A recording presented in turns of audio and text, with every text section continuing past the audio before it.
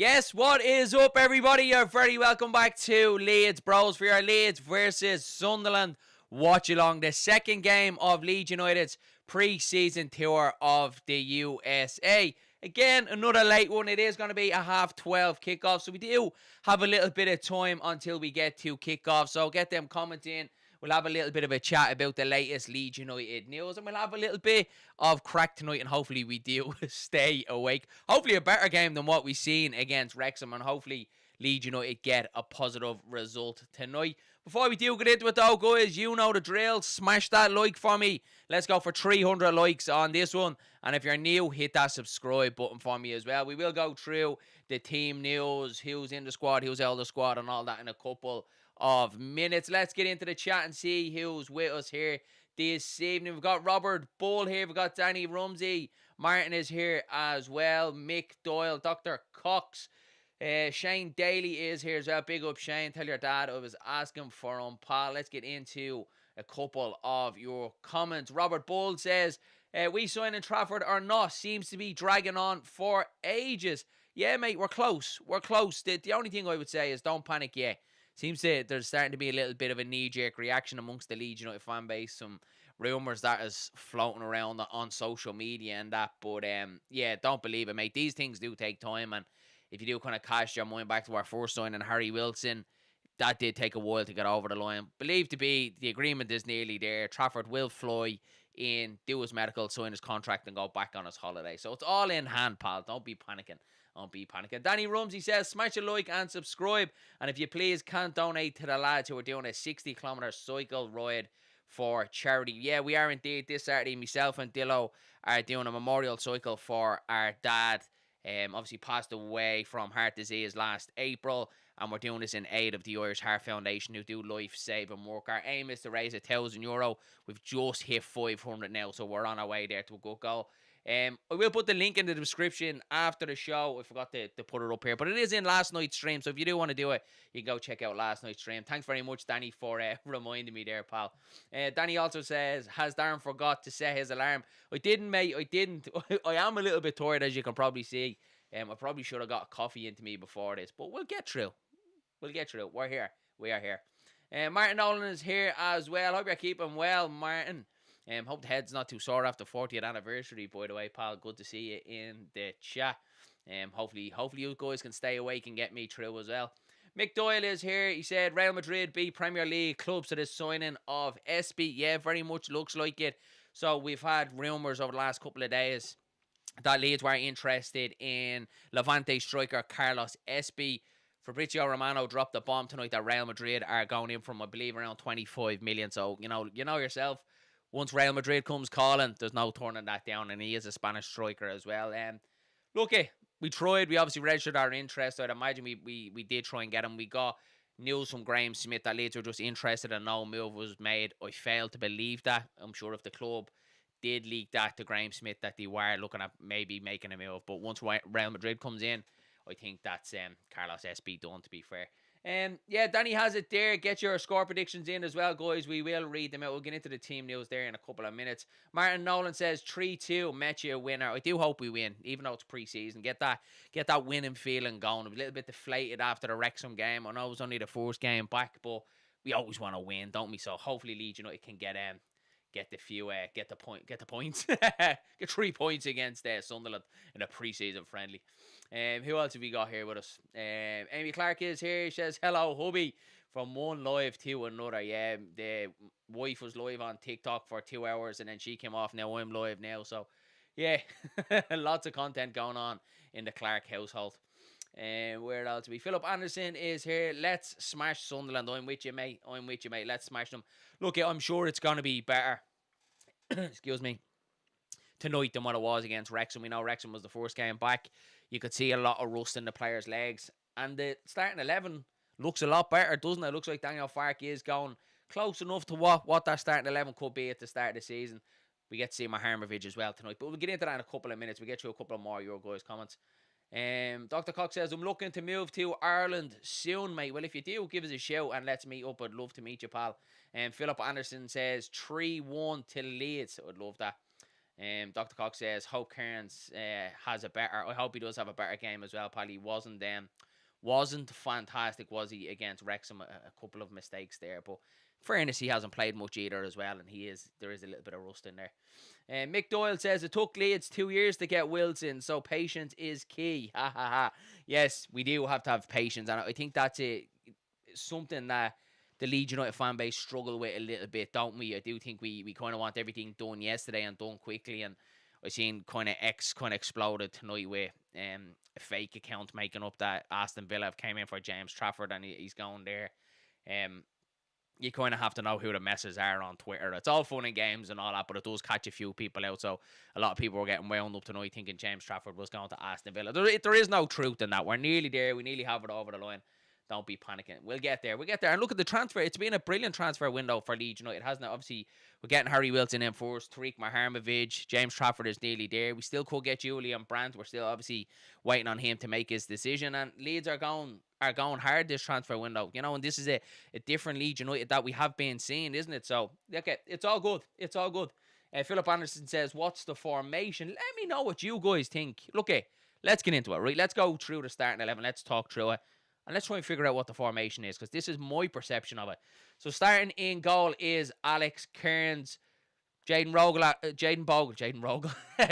Bogle at right wing back. Then it looks like a back three of Joe Rodon, Maharmovic, and Sebastian Bourne. Now, Gabby Goodmunson at left wing back. A midfield of Sean Longstaff and Tanaka. Then imagine it's probably a 2 in front of them, or maybe a 3 of that young Callum Mills, who was good, showed really good signs against Wrexham. Harry Wilson on the right, and then Lucas Mecha through the middle. So to me, it looks like a 3-4-3 setup. That's what it looks like from the outset. But let me know what you think. What do you think Daniel Farke is going with? It's definitely not a 4-2-3-1 anyway, because I think we've got obviously Goodmunson and Bogle there, so they're definitely going to be the wing back. So it does look like a 3-4-3 to me, I would think. Let me know your thoughts. Sean Daly says, what channel are you watching it on, lads? It hasn't started just yet, but if you're in Ireland, mate, it's on Premier Sports 2. I have it on here, but it hasn't started just yet. The Wrexham game has started like bang on, literally 30 seconds before kickoff, and I was getting a little bit nervous going, what's going on? Are we not getting any build up to this game? But it is on Premier Sports 2 tonight, pal, and a 12:30 kickoff.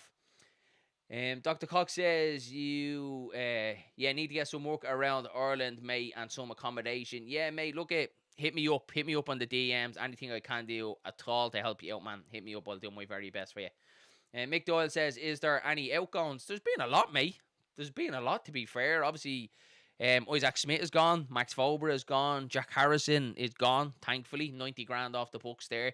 Looks like Larry Ramazani is on his way, and I think we'll probably get a couple of more with that. I think Joe Gelhardt, he'll be one to move on, and then you're probably looking at the likes of Joe Pereira, possibly a Willie Nonto, I think, will also leave as well. So, yeah, it's been good. It's been good, and it's something that is probably critical of the 49ers last summer, that we didn't do enough in regards to outgoings. Obviously keeping the likes of Melier going into the last year of his contract and that. But I think we're doing a good job. What do you guys think? I'm happy. I'm really happy with the transfer window, the way it's going at this moment in time in regards to incomings and outgoings. It's all going in the right direction. I think we still have, 6 weeks left to go, the transfer window. So it's going in the right direction. And I'm probably one of them that I kind of wait till the transfer window closes to kind of evaluate what we do in regards to business-wise. And if you look at last summer, the 10 signings that we brought in, you would say probably 8 or 9 of them were successful signings for Leeds United. So if the 49ers can follow that up again, the 5 or 6 that we bring in this transfer window, if we still have that same success rate, that's good. That's what you want. I think we need more quality in this transfer window rather than quantity. I think we needed the quantity last summer. This summer's all about the quality to me, raising that bar, raising the quality of the whole squad. So Amy says, TikTok for the young folk. Isn't that right, Dillo? Yes, if you are interested, Dylan will be live doing a watch along over on the LeedsBros TikTok account. So if you want to head across and support Dylan on TikTok, you're more than welcome. Smash a like here, though, before you leave. Dr. Cox says, Nonto will go. I believe so, mate. I think he will as well. I think it's probably best for all parties, to be fair. Nonto hasn't really offered much to Leeds, for me, particularly over the last 12 to 18 months. You could probably see by Daniel Farke, he doesn't really trust him a lot. We've seen last season at times, you had a chance in games to bring Willie Nanto on to try and change the game, and he didn't do that. Thought this preseason is a massive chance for Willie Nanto to show and maybe try and get his Leeds United career going again. Look at, he hasn't started tonight. He started against Wrexham. For me, he looked busy without really doing anything on it. So I was a bit disappointed with him, Dan James, and Joe Peru, to be honest with you, after the Wrexham game. And I think anybody that watched my match reaction after the Wrexham game probably got that vibe. I did get a little bit of stick in the chat, but it was just honest truth. And I think that's where we're at as a football club now. There needs to be some hard truths. There needs to be some honest truths. And I just believe the likes of Joe Peru, Dan James, and Willie Nanto are probably players you're looking at. If a decent offer comes in for them, somebody probably will move on. I think probably Brendan Aronson is in that bracket a little bit as well. I think maybe there's a chance he could stay as a squad player, but if a decent offer comes in for Brendan Aronson, possibly he goes on, he moves on as well. So yeah, I think there's going to be a lot of moving doors still to go in this transfer window. 6 weeks is a long, long time in football. It's a long time in the transfer window. So we still could have a lot of movement. But I do agree with you, Dr. Cox. I do think Willie Nanto could move on. I wouldn't be surprised with that one. And Danny says TikTok is still going. Yeah, TikTok is still going, mate. I don't really understand it myself. To be fair, like I wouldn't be big up on the old TikTok. I barely just understand YouTube, but I wouldn't be big on the old TikTok, mate. Amy says, yeah, same here. Just have it on the TV. What else have we got? Jason O'Keefe says DCL injured. Yes, my apologies. I did mean to go through our bench. Let's go through here. So noticeable absentees again from the squad tonight is Dominic Calvert-Lewin, Hakabiol, and there is no Lucas Perry in the matchday squad, which would indicate he's possibly left the Leeds United pre-season camp to head to Torino to probably get his move there done, which would indicate to Leeds United fans that maybe James Trafford is very, very close. So no Lucas Perry in the matchday squad. So the substitutes tonight for Leeds United is Ethan Ampadu, Dan James, Joe Peru, Daryl Ombang, Anton Stack, James Justin, Willie Nanto, Rory Mahady, Reese Chadwick, Alfie Cresswell, Jaden Loinu, Oliver Pickles, Freddie Lane, and Charlie Crew. So yes, no DCL. Well, we did hear, obviously, we got the update, I believe, wasn't it, from Baron Cross, I think, don't quote me 100% on that, before the Wrexham game, that he did pick up an injury and he was doing his own individual training. So I don't really know how bad the knock is. We haven't got confirmation from Daniel Farke. Usually, obviously, when we're in league games, after the game, a pre-press conference, we get a little bit more meat from Daniel Farke, exactly what's wrong. So we haven't yet. So I would presume that Dominic Calvert-Lewin is still injured. Hackabee all. Good to see Sebastian Borneo back. And obviously, Tariq Maharmovic, I'm really looking forward to seeing him tonight. The player, obviously, we've signed for 35 plus million. So let's see what we get out of him tonight. But I think it's a very strong starting 11. I think if you're looking at it overall, I think probably what stands out like a sore thumb there, obviously, we need the goalkeeper, but we know James Trafford is on his way. But I think that striker position with Lucas Meche starting tonight, obviously Joe Peru's on the bench, but no Dominic Calvert-Lewin, it's the obvious one, isn't it, that Leeds United do need a striker. We need striker reinforcements there. We obviously still need a playmaker. Hopefully that is going to be a Julian Brandt, but it's obvious that Leeds United, we do need some recruitment in that striker department.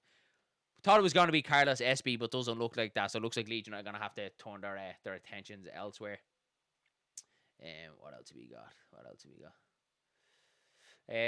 Jason O'Keefe says City are closing in on getting a number 2 keeper. I didn't see that, mate. Who are they looking to bring in as a number 2? Again, that's another positive sign, because they're obviously going to need to bring in a number 2, to replace James Trafford. So obviously Lucas Perry not in the matchday squad. If City are close to bringing in a number 2, that's all really positive signs for Leeds United. Dr. Cox says Joseph, I feel sorry for. Yeah, to be fair, and it's probably a little bit naive of me, I actually forgot all about Mateo Joseph until he posted on Instagram the other day about his recovery. Obviously, he done his ACL towards the end of the season at Mallorca, which is probably going to keep him out from anywhere probably 6 to, would you say, 12 months. It can vary a lot, can't do an ACL. So I can't see Mateo Joseph going anywhere. I'm sure he'll stay at Leeds United until his recovery, and then I believe, if I'm right, he still will have another year left on his contract at Leeds next season, obviously going into next season, then after next summer. So yeah, Mateo Joseph will stay here. You're not going to get anybody that's going to take on an injured player with an ACL. So yeah, still a young lad as well. You never know what way these things can turn. Maybe he'll come back stronger as ACL and get back into the Leeds squad, or maybe he'll move on. It's hard to tell with these things, isn't it? Mick Doyle says here, we should have had our transfer business done before pre-season friendlies. Branty is waiting for a better offer. It's hard, Mick. It's hard. And the reason why I think we need to cut the recruitment team and Leeds a little bit of slack. And it's not just Leeds, mate. Like, if you look at the transfer window as a whole, every Premier League club, like, they all probably are struggling to get business done. And I think it's probably due to the World Cup, isn't it? You know, a lot of the players that clubs would have been looking at would have been away at the World Cup, and they don't want to talk about their future until they come back. And I actually think Leeds are doing pretty well up to date, with obviously our nearly 3 signings in the door. We could very well get Julian Brandt. You could get a James Trafford and a Julian Brandt announcement in the same week. And do you remember there was a period of the last summer transfer window where I think we went quiet for about 10 to 12 days? The Leeds fan base was getting a little bit tetchy. There wasn't really any signs of movement. And I think we signed something like 5 players then in 2 weeks. So it can move very quick, Mick. The only thing I would say is try and be patient. And I know that's probably easier said than done, because we want everything done and dusted, don't we? But we're in a good path. We're on a good path, Mick. We'll get there, pal. Dr. Cox says, go for Zion Fleming. Yeah, there was a couple of rumours about him. Nothing concrete. There was a bit as well about Liam Delap at Chelsea. It turned out that it's not true as what I first kind of thought to be. It looks like it's a little bit of kind of agent talk trying to get Liam Delap's name out there. I'm a little bit torn on the Liam Delap one. When I think of the Liam Delap that played for Ipswich, I was like, yeah, possibly if we got a player like him came to Leeds United and he was kind of loved and, you know, backed by Daniel Farke, you could get a really good player out of him. But then you look at the player that's played for Chelsea, and I've watched Chelsea a bit last year, and particularly when Liam Delap came on, and he was poor, man. He was poor. So it's like, oh, did we stay away from him? And supposedly Chelsea are looking at to accord the fee that they paid for him of 30 million. So just, I wouldn't be paying 30 million for a Liam Delap. You know, if Leeds could possibly get him on a loan for a season, I think that would probably benefit Chelsea as well. Like, if Chelsea could send Liam Delap out on loan somewhere and he could perform, they possibly could get that 30 million next summer. I think any club would be mental at this moment of time to pay 30 million for Liam Delap. And Dr. Cox says Leeds should go for Jacob Zetterstrom as a backup for Trafford. Yeah, mate. Look, what? Like, he obviously went to the World Cup with Sweden, and he was brilliant. I obviously watched a lot of the Sweden games, more so because of Gabby Gudmundsson. But Zetterstrom was really good, and we obviously played Derby in the Cup last year, and even though we bet him 3-1, he was fantastic that day. He would be a great number 2. The only question is, does he want to be a number 2? If he's gone to the World Cup with his national team, does he see himself as a starting number 1 somewhere? And I'd imagine he does. But yeah, if he was willing to come to Leeds and be a number 2, wow, that would be unreal. Dr. Cox says, look at Newcastle. Exactly, mate. The Newcastle situation has my mind blown a little bit, what's going on there. Obviously, we know they've all the money in the world, and look, they can't spend a lot of it. But obviously, the clear out there with Gordon gone, Tonali gone, Guimaraes, there's been a massive clear out in Newcastle. And now, obviously, Eddie Howe, what it looks like from the outset is that he's obviously disappointed with what's gone on in the transfer window. The only thing I'm probably disappointed with a little bit is Harvey Barnes signed a contract extension there, because if there was any hope in hell of Leeds getting a Harvey Barnes, I would love that. Imagine Harry Wilson on the right, Harvey Barnes on the left, man. Oh, it'd be class. But he signed the new contract at Newcastle. But you're right, mate. Look at every team, every club is struggling at the minute in the transfer window. It takes time.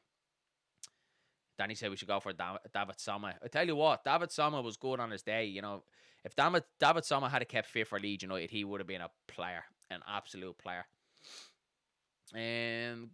Jerry Kelly is here. Kearns was our 4th goalkeeper. Yeah, well, he was our 3rd last year, mate. Yeah, probably 4th actually, to be fair, because Melier was there as well. Yeah, now he's starting tonight. Kerms is in the building. Good to see you in here, Kerms, pal. Hope you're keeping well. Dr. Cox says Liam Delap has problems with yellow cards, etc. as well. Yeah, I don't think he suits Chelsea's style of play. I remember when Liam Delap even went there, it was just one of them signings you looked at. It didn't fit, did it? It didn't make sense at the time. What Chelsea are doing now is either a stroke of genius or it's very stupid, bringing in Danny Welbeck and Jordan Henderson. You're probably trying to put yourself in Xabi Alonso's shoes. And what's he thinking trying to bring Jordan Henderson and Danny Welbeck in? You look at the Chelsea squad as a whole, they're very inexperienced. So he's probably thought to himself, if we can bring in a striker, experienced striker like Danny Welbeck in there, that probably will pop up with about 10 goals from this year. It's a smart piece of business. And then you've Jordan Henderson in the background, a little bit of a cheerleader role, brings experience, obviously won Champions League, Premier Leagues, probably adding, to the youth there.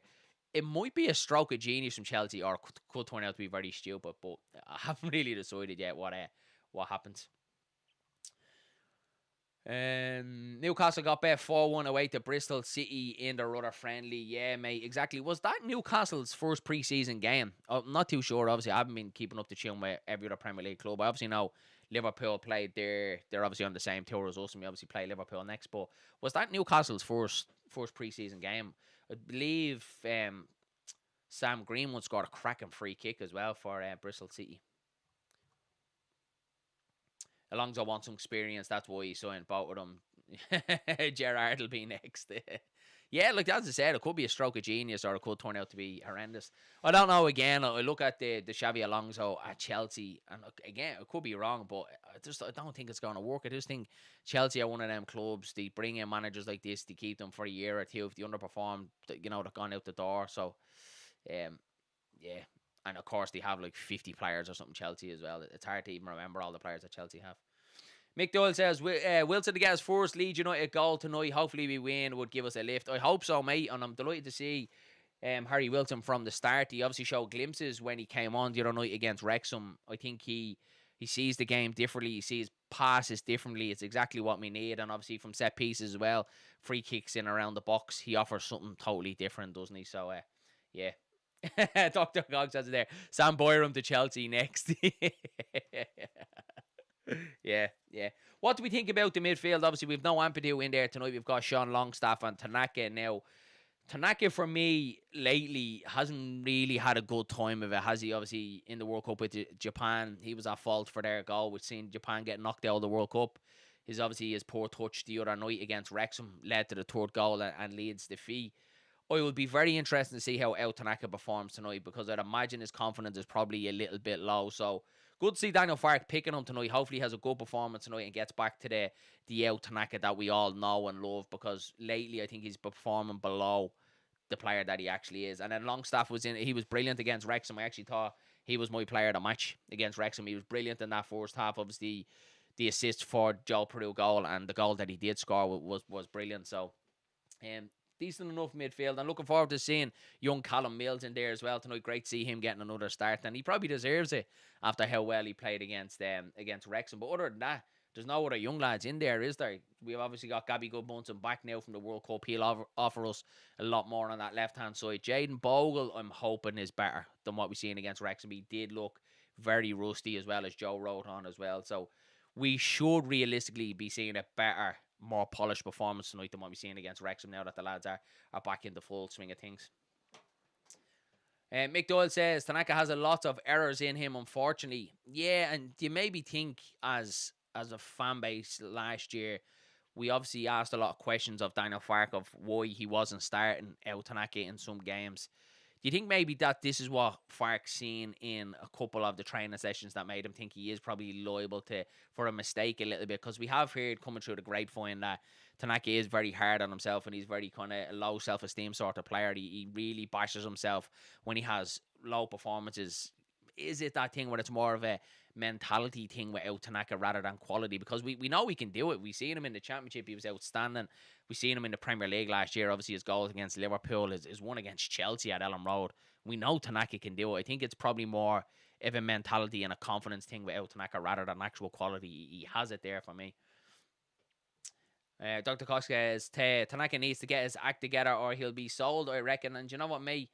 I agree with you. And I really don't want that to happen, because knowing Leeds United's look, you sell a player like El Tanaka and he goes on to be brilliant for someone else. You know, you can imagine him going to a Brighton and they'll turn him into a £100 million player, and then next of all he's at Chelsea. You know, that's how quick things can turn. So I think hopefully we see a more confident El Tanaka this season. I think that's probably one side of his game he needs to work on, is the mentality side of it, and hopefully he has. But he has had a couple of mistakes in him lately.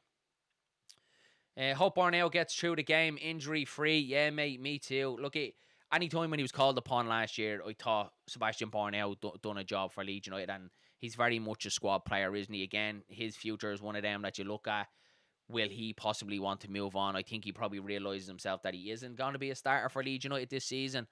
So maybe if an offer is on the table, you could see him move on, and then Leeds will need to recruit in the centre-back position. Tonight, it looks like it's three at the back. It looks like this is going to be Daniel Farke's system going into the season. So I think we probably still do need another centre back cover in there, just in case if we could get a young lad just as an option, maybe. Um, how much score? I'm not sure what you mean, mate. So our score prediction, my score prediction tonight. I'm gonna go 2-0 Leeds. Hopefully we don't concede, which would be a little bit tough, obviously, with Alex Cairns in net. But if you look at that, the back line, I think that's strong enough to not concede tonight. Obviously, we're having Gabby back. Hopefully, Joe Rodon has a better game tonight, and Tariq Maharmovic as well. So I'm gonna go a clean sheet for Leeds. I'm gonna go 2-0 win for Leeds tonight. We're actually not too far away from kickoff now. That flew along the half an hour, about 15 minutes away from kickoff. We will run through the starting lineup there again. It is on your screens. Danny says, don't forget last season was the highest Tanaka ever played. True, mate. True, exactly. And these things take time. And we've seen over the years in the Premier League that players can really get going in their second season. You look at a lot of them players, were brilliant. Look at the likes of Ampadu, his first year in the Premier League. Took a couple of games to settle in, but when he did, he was fantastic, wasn't he? And sometimes other players take a little bit more time to get into it. And I think even when he came to the championship, Tanaka, it took a couple of games for him to get into it, and then he showed his quality. So I'm hoping we do get a better Tanaka this season. As I said, there'll be a disappointment there if he does move on from Leeds this summer. If it'll feel like what could have been, wouldn't it? Because there's no doubt about it. He has got quality. He really does. And Dr. Cox says, I think Gruev goes this window. I don't think so, Dr. Cox. I don't think so. And it is, Danny has it there. He has the meniscus injury, the knee injury that he picked up towards the end of last season. So he's still going to be going through his recovery as well. Possibly he might go somewhere in January if he hasn't played much. I believe he's due back around the end of September, October from what I read. And look at them meniscus injuries. They can throw up a lot of problems after it as well, like the likes of calves and quads trying to get when you're getting back into football after knee injuries. So it could even be a little bit later than that. But I don't think he goes in the summer. Maybe in January when the knee is a little bit better, you might get someone coming in for him then. But you never know. You never know. Yeah, Dr. Cox has it there. How long is he going for? Yeah, what I read, I think it was September, October. I think that's when they're looking to get him back on the pitch. He's doing his own individual work at this moment in time. Gruev will be happy to sit on the bench as well, of course. I think Gruev is one of them players you look at. He probably is happy to be a squad player, and you need them. You do. You need them in the squad, don't you? You need players like that are willing, when called upon, to come on and do a job, and then when the first teamers are back, know their place in the squad. And I think Gruev understands that, and you need players like that with that attitude. I'm actually disappointed he's injured. I am, because I think he's one of them that can come in and shore up games you when we are under the cosh. If we're winning, we're trying to hold on to a lead. He's one of them players you bring on. And I thought at Anfield, I think against Liverpool, I remember he had a decent enough game, didn't he? Remember we drew 0-0 at Anfield. It was a brilliant result. It was backs against the wall, and Gruev was really good that day, and I don't think he got enough credit to what he should have that day. He was good. He was really good. I'm looking forward to seeing Okafor getting back as well. He was a player that was thinking about today. Obviously, he's after getting the extended break from the World Cup. So to get someone like Okafor back as well into this starting lineup, and hopefully we can get him 90 minutes fit this season. We only had him for 60, 70 minutes last season. I think if you get Okafor 90 minutes fit and ready this season, he adds to that as well. But we do need a bit more, don't we, in this transfer window?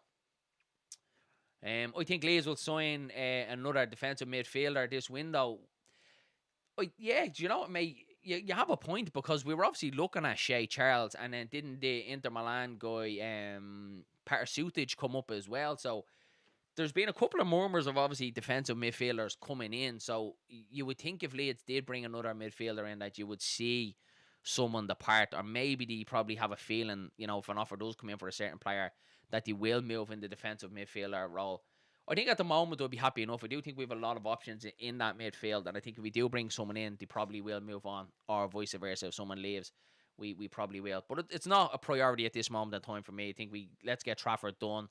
After that, then I'd be looking at the striker department. I think that would be the next priority for Leeds. I think we obviously still need left back cover, and we certainly still need another playmaker. But the striker position after we get Trafford done, for me, is a massive priority. It really is. Yeah, Danny has it there. We've 4 defensive midfielders there. Ams, Gruev, Stack, and another. It's interesting to see Stack obviously didn't start tonight as well, because obviously he didn't start against Wrexham and he didn't go to the World Cup. And I was kind of had a feeling that Fark would go strong tonight, which he obviously has. But I thought we might have seen Stack start the game tonight, so it's interesting to see that he started Longstaff over Stack. But I'm sure the second half will see a totally different starting 11. Probably see young Rory Mahady in nets for the second half as well. So yeah, yeah. But it's good, man. Like the transfer window is going in the right direction. It's funny when you go on social media and you see a little bit of a meltdown from the Leeds fans, particularly tonight when there's a couple of accounts on the wind up. But it's like Leeds United fans are just never happy, are they? Like with the business that we've done at this moment of time is the best business that this club has done, in my lifetime as supporting Leeds, and you just can't be negative, and these things do take time, but we'll get there. We're on the right path, we really are. Then he says, Darren, after you're shown in the Crater Cup at left back here, Leeds are signing. Yeah, mate, I'd have to lose a lot of timber. I'd probably have to drop about 8 stone. And then my hamstrings are a little bit made of glass as well, mate. But yeah, we could come on the last couple of minutes for a tackle if Leeds wanted that, mate. Yeah, for my footballing days are long gone due to injury. Ray says, Gruev was nowhere near Karma. Was nowhere near Kamara. Sorry, he was a proper tidy player. Yeah, Glenn Kamara. Yeah, you kind of forget about him, don't you? Because he was kind of that one-stop gap for that season. Obviously, when we lost the playoff final, and for parts, we didn't be getting from Rangers. Yeah, from parts, Kamara was a nice little passer of the ball, but he was very side to side and backwards. Kamara. I think that's probably one part of his game that was disappointed when Glenn Kamara was here. That he never really liked to pass forward. He was always side to side, wasn't he? I think if he added a little bit of forward passing into his game, he would have been a decent player. Yeah. Right, we're about 10 minutes to kick off. Let's run through the starting 11 there again. So we have Alex Kearns in goal, Jaden Bogle at right wing back. Looks like a back three of Joe Rodon, Tariq Marhamovic and Sebastian Bornell. He is back from injury. Gabby Goodmunson at left wing back, who starts his first game after the World Cup. Looks like a midfield too of Longstaff and El Tanake, and then possibly a three in front of that of young Callum Mills on the left, Harry Wilson on the right, and then Lucas Nemecha through the middle. No Dominic Calvert-Lewin, no Huckabee Yall, and no Lucas Perry in the Leeds United squad tonight. My score prediction tonight's game is a 2-0 win to Leeds. Hopefully keep a clean sheet and a much better performance than what we've seen against Wrexham. Really gear up towards this Premier League season. Don't forget to smash that like button as well for me, guys. Hit subscribe if you are new here as well. Another late one tonight. Another 12 kickoff. But the things we do for Leeds United. Danny, Paul, no Aronson either. Obviously, no Aronson, no Okafor. They're still on their extended leave after the World Cup. I think that's it then, Danny, isn't it? I think that's it. Dr. Cox says, I'm glad I don't have X anymore. Yeah, mate, there's times that I wish I didn't have it, but unfortunately, a lot of the information that you get nowadays in regards to transfer and news, a lot of it goes through X, so you kind of have to be on it. Genuinely honest with you, a lot of the accounts that are bullshit accounts, I just have them muted because I just haven't got the time to be scrolling through the feed. You're obviously looking for Leeds news, and then you've got people like, clickbait and kind of just store and show you on X. So I just have to mute them because I just haven't got the time to go through all that. You know what I mean? So, unfortunately, that's where a lot of the transfer news and business comes from now, is all through X. Obviously, Romano, Ornstein, Graham Smith is on there as well. That's where it's all leaked. The Liverpool game is 12:30 kickoff as well. I thought it was earlier, Danny. Was it not a 10:30? Is it 12:30 as well? No, it looks earlier, Danny. Well, on the Leeds website, they're showing 9:00 our time. So it looks like an earlier kickoff for the Liverpool game, which is the 2nd of August. I believe that one is in Chicago, in the Soldier Field Stadium in Chicago. Dr. Cox says, what about Balogun as a striker, mate? Yeah, absolutely. Absolutely. Like, if Leeds could go get Balogun, 100%. Like, what an option he would be. Like, and he's not just cover for Dominic Calvert-Lewin, he's competition for Dominic Calvert-Lewin, and that's what I want to see Leeds United doing.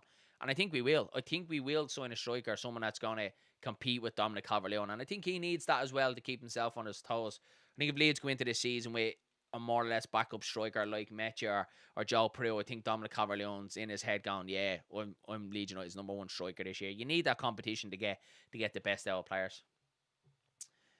Jason O'Keefe has it there. Yeah, Lord Ash, big wind-up merchant. Yeah, he is. And do you know what? for the amount of time he's been at it, there's still so many people that get caught from his stuff like all the time. Like he just randomly drops a tweet like there today going, Trafford's going to Aston Villa and has the whole Leeds United fan base in meltdown. Just like one fella doing it, like. But I'm sure he gets a good chuckle off it, mate. I really do. But I know excuse me, I know once anything comes from Lord Ash on X, it's very much on the wind up side of things. But yeah, that's the Leeds fan base.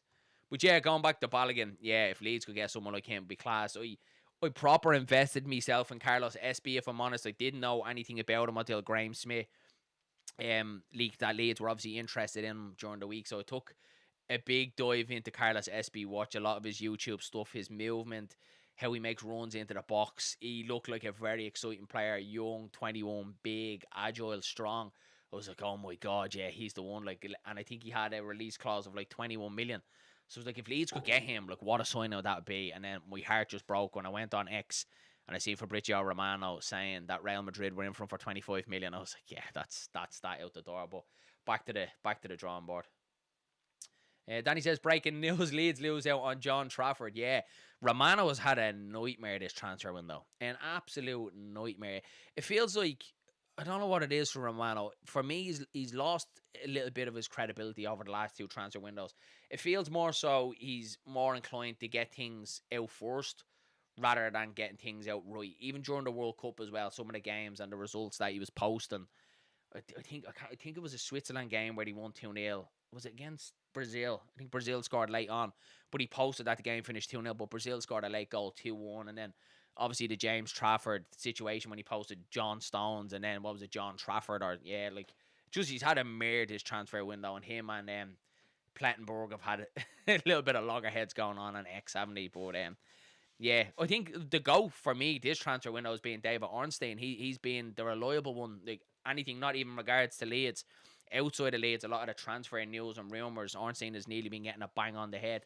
I think our local journalist, Graham Smith, and obviously Baron Cross, he's been fairly quiet, Baron Cross, this transfer window, but Graham Smith, I think the club are a little bit reluctant to give a lot of information to our local journalists, and I think the Tariq Maharmovic is a sign of that when it was just always said they were interested, they liked the player, but doesn't go further than that. And then literally, that's probably the one good thing Romano got this year. He leaked that Leeds were getting it done, and then within the day it was over the line. So I do think our local journalists are credible, but I just don't think they're getting the information from the club that they once used to. But the transfer window would have your head absolutely wrecked, wouldn't it? Like I can't wait till it closes. I obviously love the buzz of Leeds signing new players. That's obviously the best part of it. But I can't wait till it closes and we're just back into the full swing of things and Premier League football and everything. And it doesn't be long then rolling around then till the January window, does it? Dr. Cook says Fab has been drinking too much Peroni and red wine. Yeah, he has, mate. I actually only started following him on his YouTube account. I only realised he had a YouTube account this summer, and his videos are wild, mate. Like, I'm obviously Irish, and I know at times you guys have told me in the chat that he do tend to speak a little bit fast. But my God, man, he is like 100 miles an hour. Like, he was like, yeah, I'm like, is he speaking Spanish or is he actually speaking English? But yeah, I think if he probably just kills the Jets a little bit and kind of goes back to being more credible and more right on things rather than being forced on things, I do think he'd probably get that credibility back. Because he is good, to be fair. He's good, to be fair. What have we got here? What have we got to kick off? We're nearly there. Nearly 4 minutes. 4 minutes to kick off, guys. That was quick. Thanks for joining me early on, guys. We're on earlier than usual tonight. Obviously wanted to have a little bit of a chat about like the latest Leeds United news. Not major update today. Couple of rumours. Was gonna do a news video. Obviously I've been doing a lot of news videos now every evening, but there wasn't really much to report. So we kind of said I'll wait till tonight, have a chat with you guys about the transfer window. It looks at this moment in time, it's as you are with James Trafford. Same with Julian Brandt, which is obviously the big one. We're still waiting on him to make his decision. The only kind of big news and credible news today is obviously Carlos Espy. Juan Martinez as well. Yeah, he got a lot of people, didn't he? Dr. Cox says, you Irish love to drink too. We do, mate. We do. I'm actually doing well. I haven't touched the sup of alcohol in 10 days now. But I will be having a few on Saturday after a 60k cycle. It will be a well needed Guinness after that. So I'm looking forward to a beer now on Saturday after the cycle. Be a bit of crack. We're still not going here on Premier Sports. I thought like before the game, the Premier Sports will have kind of some sort of like build up and commentary before the game, but it just looks like they're just straight into the game. No no fluffing about with them. But we're nearly there. We're nearly there now. Another late one. And it's a skill night as well, isn't it? I'm going to be absolutely shattered in work tomorrow. Darren, how's the gym? Haven't seen him in 20 years. The gym has gone well, mate. Gone well, mate. I don't tend to mention it a lot, but yeah, I've been back now probably about 4 weeks. Put on well too much weight. Well too much weight after I gave up football. I'm back about 4 weeks. Down a kilo. Things are going in the right direction. Small meals. Obviously, getting back cycling and all that as well is all helping. And I think it helps with the mental health as well. Obviously, physically dropping a couple of pounds is obviously good for you physically, but mentally, you're in a better place as well. I think if you're physically fit, you're mentally fit as well, aren't you? So I'm enjoying it, Danny. But yeah, gym is good. About time I got back into it then. A lot, to be fair, like a lot of my time is taken up with YouTube, as you guys know. 2 young kids and married and full-time job. It's just mad, man. It's just hectic. It's 24 hours all the time, to be honest with you. But it's, yeah, need to get back to looking after myself a little bit. Danny has it there. Rodon captain, class to see, Joe Rodon. Yeah, I think he probably will be announced as vice captain this year. Obviously, it was Pascal's stroke, but I do think Joe Rodon will be vice captain for Leeds this year. I think it's natural, isn't it? Obviously, Ampadu captain, Joe Rodon vice captain. It just makes sense, doesn't it? For me, anyway, it makes sense. We're nearly there. About 2 minutes to kick off. Get them final score predictions in the comment section. We will run through the starting 11 just before we get going again. Darren and Dillo will have a barrel of Guinness waiting for them. Yeah, and you know, to be fair, there's a lot of people coming out to support us on Saturday, which is probably more the emotional side of things. We're obviously cycling from Dylan's house, which is, kind of northeast of Dublin here, up near Dylan's house in Dundalk, and it's 60 kilometres down to a seaside town, Donaghbay, Portrane. We're obviously going to my dad's grave there because that's what we done last year, and then down to the local pub. But there's a lot of people, and Stephen Bourne, you guys know him, you'd see him on the broadcast, is travelling nearly an hour to meet us at the finish line, and a lot of my friends and family and all are all going to be there. So it's going to be an emotional day, and like that, it just keeps our dad's memory alive. Feel like, we're keeping him with us every day, as well as supporting a charity like the Irish Heart Foundation, who obviously do a lot of life-saving work, and I don't think there's enough awareness around, heart disease and heart issues, especially not here in Ireland. Like, the amount of people that die of heart attacks and heart disease every year is crazy. So the Irish Heart Foundation are trying to do life-saving work, and they've been brilliant. Sent us out a massive pack with t-shirts and balloons and banners and everything. So it's been class, and yeah, just try and give a little bit back. Do you know what I mean? I think myself and Dylan would consider ourselves very lucky in our life, and to try and just give something small back it's always nice, isn't it? Always nice to give something back. Steel should do the cycle with you. Yeah, he did say that. Unfortunately, Steele's gone through a bit with his back lately. He got a little bit of a back operation there recently. He's been struggling with his back. He did say he'd love to do it, but unfortunately, he's not going to be able to. Another friend of mine, Sean, is doing it with us, so it's nice to have a few people join us along the ride. Is Sean Healy cheering you on? Do you know what, to be fair, mate, I haven't heard a thing from Sean Healy, I'd say, in about a year, mate. And I have no reason why or what's going on, but I haven't heard anything from Sean Healy in a very long time, mate, which is unfortunate. Yeah, but I'm not sure, mate. I'm not sure. Right, I don't know we're a minute past here and we're still not ready to go. Any of you guys live on Premier Sports 2 here? I'm still on an ad here at the moment, but it was like this at a Wrexham game. It seemed to be like 2 or 3 minutes after half by the time it got going. We'll run through the starting 11 again anyway. So Kearns in goals, Jaden Bogle right wing, back three of Joe Rodon, Tariq Maharmovich and Sebastian Bourne. Now left wing back Gabby Gudmundsson, your midfield two of Sean Longstaff and El Tanaka, and then it looks like a front three of young Callum Mills, Harry Wilson and Lucas Nemecha. Live says here, love the Kelly. Short, is there any chance of getting Gaz Kelly on the show sometime? Do you know what, mate? I love Gary Kelly. Like, absolutely love Gary Kelly.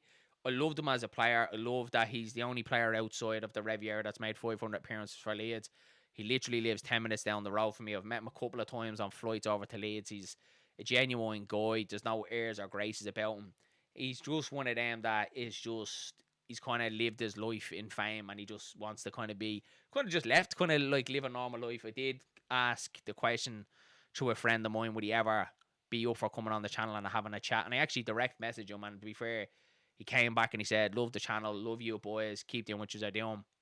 Unfortunately, it's just not for me. So he just seems to be one of them lads that kind of likes to live his life outside the limelight, which you can understand. A little bit like David Batty, isn't it? You know, he just not really kind of bothered with it. You know, it's kind of done his time, and he just kind of wants to live a normal life now. To be fair to him, so I kind of admire that in a way. Yeah, Dr. Cox, Americans still on time. Oh, it's still never on time. Yeah, more commercials run. Advert still on for me, says West Yorkshire Monkey. Oh, sorry, Mr. Yorkshire Monkey. Yeah, same here. I still have the advert on here. This was like the Wrexham game. We were a little about 5 minutes late for the Wrexham game as well. Typical. Smash that like button if you haven't done so, guys. Very much appreciated, and hit that subscribe button as well. Bring you through all the action this evening. So, Darren, with no Peru in the starting lineup, who do we blame tonight for our mistakes? We'll see. We'll see. Now, I probably did go in a little bit too hard on Pro after. Yeah, it's just starting here now, lads. Something I'm just getting that picture. Probably did go a little bit hard on Pro after the game, but like, I think probably just talking facts, mate, to be honest with you. He hasn't offered anything to Leeds over the last 12 to 18 months, so it's kind of just some harsh truths, mate, isn't it, to be fair? Wearing the new home kit, it actually looks well on the players, to be fair. I don't mind. I probably will buy it. Not the best, but yeah. And Danny was right. Yeah, Joe Rodon is Leeds United's captain tonight. Gaz has a season ticket in the Radaby suite. He does, Martin. He does, to be fair. Legend of it, man. Absolutely love it. I have a friend who has Vinnie Jones' number. Vinnie Jones' number. That's a wild number to have, isn't it? Mills looks like he's past his bedtime. Yeah. Class experience for young Callum Mills. And I can imagine me in his shoes there tonight. Quality. Love that.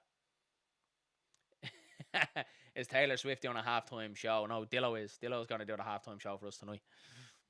Right, looks like we're going to get underway fairly sharpish here. Looks like there's a little bit more in attendance tonight than what there was at the Wrexham game.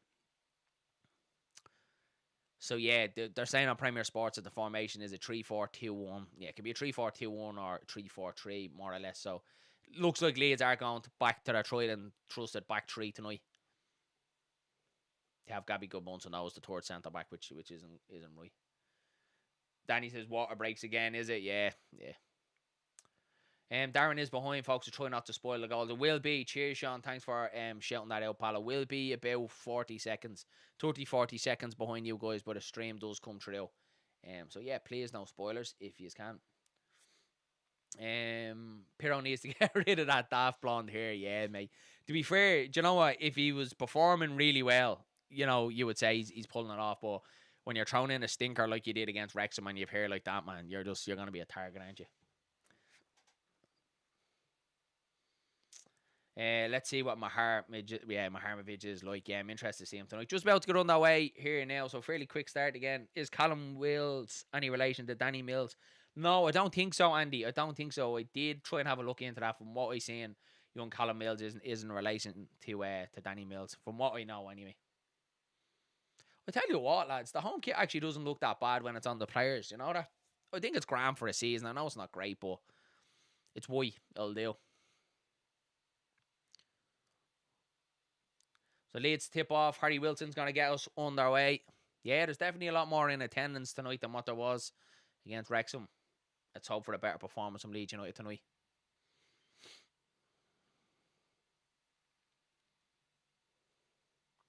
Come on, ref, get us going.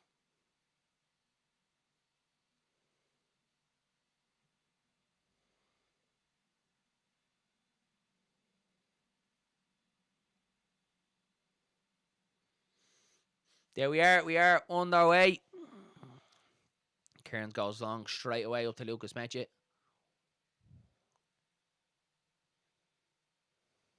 Go on, Bogle. Oh, early free out to Sunderland. Be a long night. Should have made myself a coffee. Keep these eyes open. Fall asleep live on stream here if this match is born. We're playing at the New York Red Bulls ground as well. Yeah, seeing that, Danny, isn't it called the Sports Illustrated Stadium in New Jersey? Seen a lot of the Leeds fans in New York as well. Some of the photos looked absolutely quality, I have to say. I was a little bit jealous over at the Statue of Liberty of that class to see. Well done, Callum Mills. I tell you, he's a good young player, Callum Mills. I wouldn't be surprised if he could force his way into this Leeds United squad this season as an option. So it looks like our back three is going to be Rodon on the right-hand side. Borneo is going to be the centre of the three, and Tariq Maharmovic on the left-hand side of the back three. Lovely touch, Lucas Meche. Sweeping ball out to Joe Rodon. How can we watch this? It's on Premier Sports 2, pal. I believe it's on BBC Player as well, I think. And then obviously LUTV if you have access to that, depending on where you are in the world. Yeah, Premier Sports 2. Danny has it there.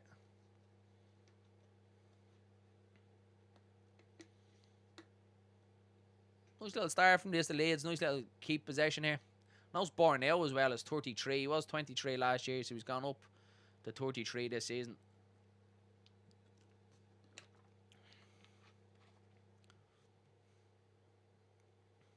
Go on, ref.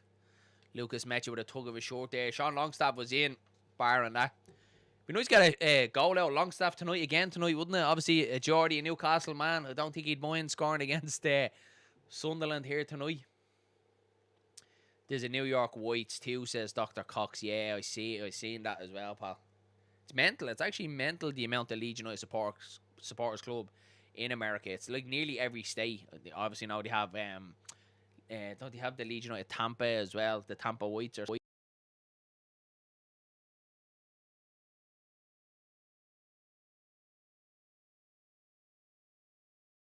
they don't go by squad numbers in pre-season. Yeah, well, everyone else seems to be what their squad number was last year, Danny. I know they can obviously change it. Maharmovic has the number 5 short. Everyone else seems to be what they were last year. But just interesting, he went from 23 to 33, wasn't it? All back with Kearns. Kearns isn't bad with his feet, lads. Isn't he? Not to be fair. He seems fairly confident enough with the ball at his feet. Jaden Bogle is the furthest man forward here from Leeds. He's very, very forward. Jaden Bogle leading the press. Yeah, go on, Jaden. Good pressure, Jaden Bogle. Unlucky. Sunderland get away with it there. It was good pressure there from Leeds.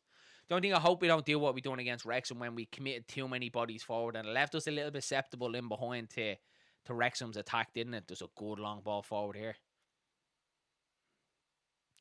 It's a better start than what it was against Wrexham. Anyway, we haven't conceded after 30 seconds. Maharmovic knocks it out and we throw into Sunderland. Danny says he might want to be number 6, but 33. Yeah, maybe, Danny. Yeah. When I was a kid, I used to be big up on what player numbers or what their numbers were as players, but now it's kind of a little bit whatever, isn't it? I'd imagine Hardy Wilson will be taking a number 17 that way. Obviously, DJ being number 7. Wasn't he number 8 at Fulham? So, and obviously Longstaff has that. Yeah, they have the Tampa Bay Whites. It's class, man. It's so good to see that Leeds United are just everywhere. I love to see all them little meetups all over the world for games. Michael Gott says, got it on IGTV. Visual radio, Michael. That's what it's called. He was 10 at Fulham. I think he was 8, Danny. Nearly sure he was 8 at Fulham because we actually was watching Premier League highlights today of some of the goals, and he scored a cracker for Fulham last year and he was wearing the number 8, but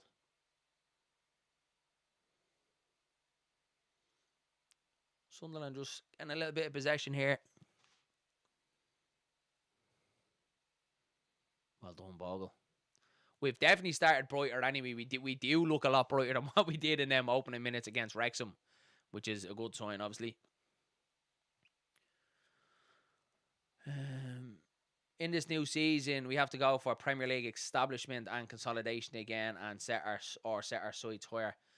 I think you will probably get from Fark and everybody else around that's consolidation again. And we do hear, like, obviously the second year is just as hard as the first. Tanaka He just about got enough on that back to Alex Cairns. I don't want to see El Tanaka making another mistake tonight leading to a goal. What was he talking about there? Oh yeah, consolidation or pushing on. I think you'll get from Daniel Farke, like he'll manage the expectations and say it'd be very much about consolidation and staying in the league in our second year and trying to establish. But I think the players that were signing, Harry Wilson, Maharmovic, obviously James Trafford on the way, they're signings to try and propel us on to the next level, aren't they? So obviously the hope as a fan is to try and push Europe. You know, I think we will stay in the league. I think the three teams coming up this season don't look very strong, do they?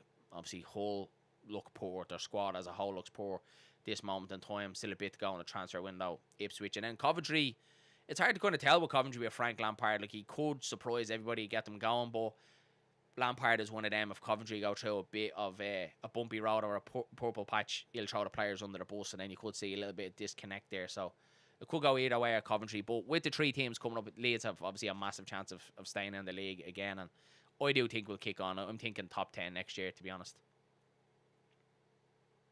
Yeah, Danny says, 10th to 14th again. Yeah. I'd probably a little bit higher. I'd go 10th minimum. Brother, who's winning? Nobody winning yet, mate. Still 0-0. Still 0-0. No real chances in the game yet. We're bang on time. Well, I'm bang on time here, and you're just approaching the 7th minute in the game.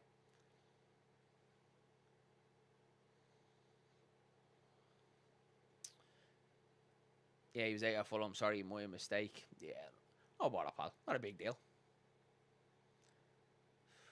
Coventry might stay up, says Dr. Cox. Yeah, it's hard to tell. It's hard to tell with them. As I said, look, I can see them probably performing well under Lampard, and then the English media and Sky waxing lyrical about Lampard. Or, as I said, they could start off well and go through a little bit of a bumpy patch, and then Lampard he'll never take responsibility. He'll always say, oh, we weren't good enough today. Some of the players, blah, blah, blah. He's always very quick to throw his players under the bus. A little bit kind of like the way Russell Martin did and some of his managerial stints.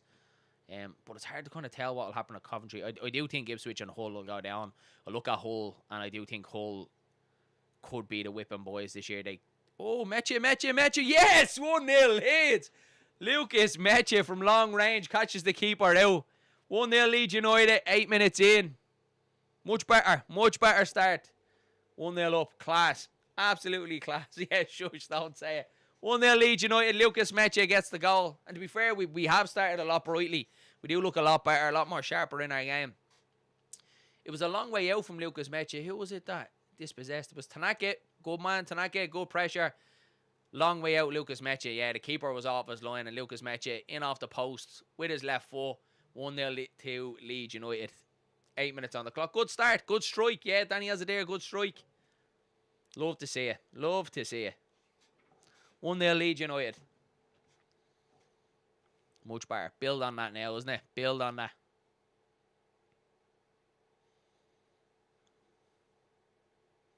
And it all came from the pressure. The pressure from El Tanaka, I'm happy for him. That's what he needs, doesn't he? Something like that. Just a little bit of a lift from him. Just Tanaka's pressure, wins the ball back, goes to Lucas Meche, and he just hits it. Brilliant strike from long range. Yeah, Mr. Yorkshire Monkey has it there. Tanaka with the foot in. Fair play. That's what you want to see from Tanaka, don't you? Just don't concede now. We look... Oh, I'll say we look a lot more solid in behind him. That's a little well done, Joe Rodon. Well, there's with the recovery tackle there. We do look a lot more solid, though, at the back than what we did against Wrexham. Wrexham, we looked very, very open in the game. We do look a lot more structured and solid. Yeah, Sean has it there. We look so much fresher tonight. We really do. Not as rusty, Sean. Is that what you say? Against Wrexham, you could see where it's just... Wasn't for the want of effort against Wrexham. We just seemed to be just so rusty and all over the place. Corner here out to Sunderland. Oh, it's free at the edge of the box. No shot. Luke O'Nien. Oh, it's a nice little dink ball. Meche. Well done, Harry Wilson. Cleared out of the way. Big up Russ says, go on, Meche. Luke O'Nien with a long one back in. Well done, Jaden Bogle. Well done, Tanaka. Brilliant there again from El Tanaka. Great pressure. Oh, good tackle. Throw into Leeds. Gonna say it, lads. Sunderland's home kit is nice, isn't it? Clean. Showing the Metcha goal here again. Yeah, keeper. Keeper just cut off his line. He was wrong footed, tried to get back in off the post from Lucas Metcha. Lovely finish that. Darren, don't forget we started with a back four against Wrexham. Yeah, we did, mate. We hadn't played that formation in 9 months. So yeah, you're spot on with defence. We look a lot solid. Russ says, Perry is still in the USA, I'm told. Got a knock tonight. They're going to say that, Russ, though, aren't they? You know, they're not going to turn around and go, yeah, he's still in the US, but he's about to go and complete his move to Torino. So I think that's always when you say he's a knock or he's picked up an injury, could be interpreted as he's on his way out. I would say he's on his way out, Russ. I would say we'll probably get a bit of news tomorrow that he's on his way to Torino or is in Torino, I would say. We'll see. We'll see. Oh, Alex Kearns gives it away there.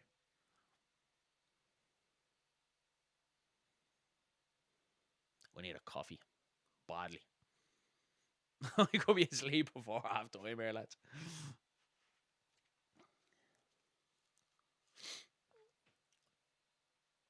But we could say that about DCL, Darren. The only thing is about DCL, Danny, is there hasn't been anything credible. Sorry, I was watching the game there. There hasn't been anything like credible from the DCL. It was just a rumor that was made up. Do you know what I mean? The Lucas Perry one is there's obviously a lot of credibility that he's going to Torino. Do you know what I mean? That's what I'd say. I always try to, with the transfer news, I always try and just go off the credible ones. The likes of Team Talk and, you know, a couple of clickbaits on Twitter. I don't read too much into it. Although it is out there in the ether, obviously, DCL to Brighton. Excuse me, there's nothing credible on it, so I don't believe it. I think there's obviously a lot of credibility about Lucas Perry going to Torino.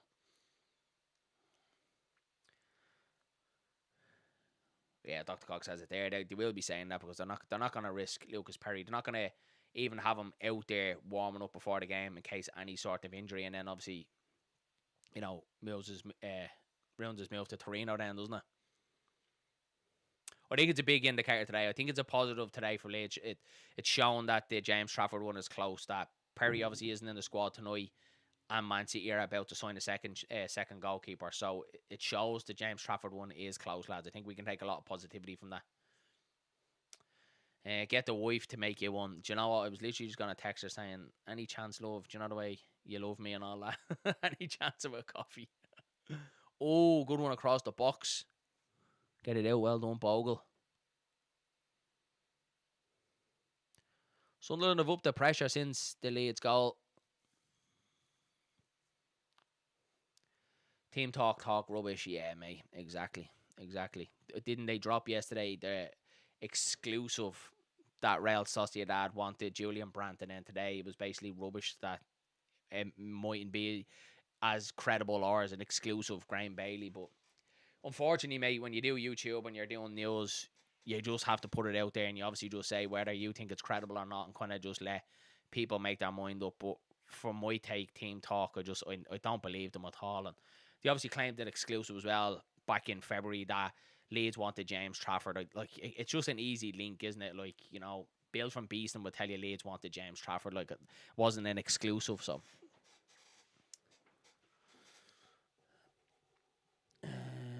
Russ says 3-0 interest was around last weekend when we played Wrexham and Perry was involved. If he was, he'd be on his way. He wouldn't have played that news or that game, maybe. I think you're probably trying to say. But yeah, I think it's a lot more along, though, than what it was before the Wrexham game, Russ. You know, obviously his move to Torino. Oh, well done, Maharmovic. Good recovery tackle there. He's a big boy, Maharmovic, isn't he?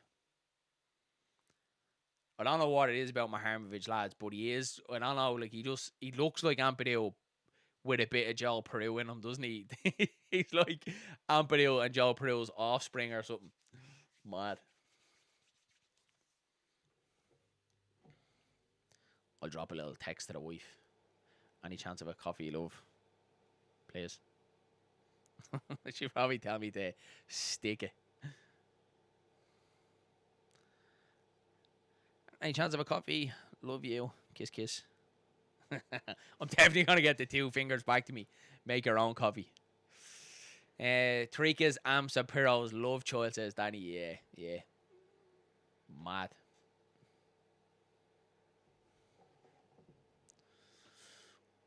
Sunderland just a little bit more of the ball since the Leeds goal.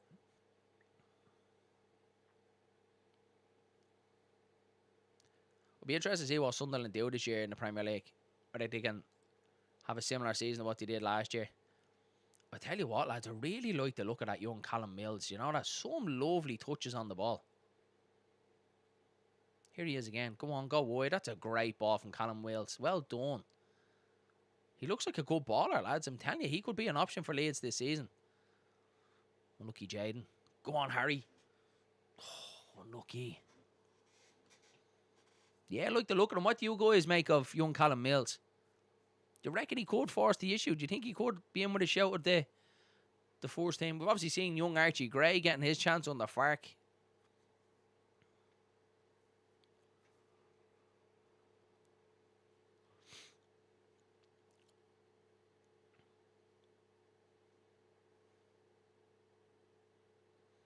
Yeah, we look so much better. Even in possession, we're moving the ball a lot better. Our passing is a lot crisper. I don't feel as bad now about that Wrexham game. I did after it.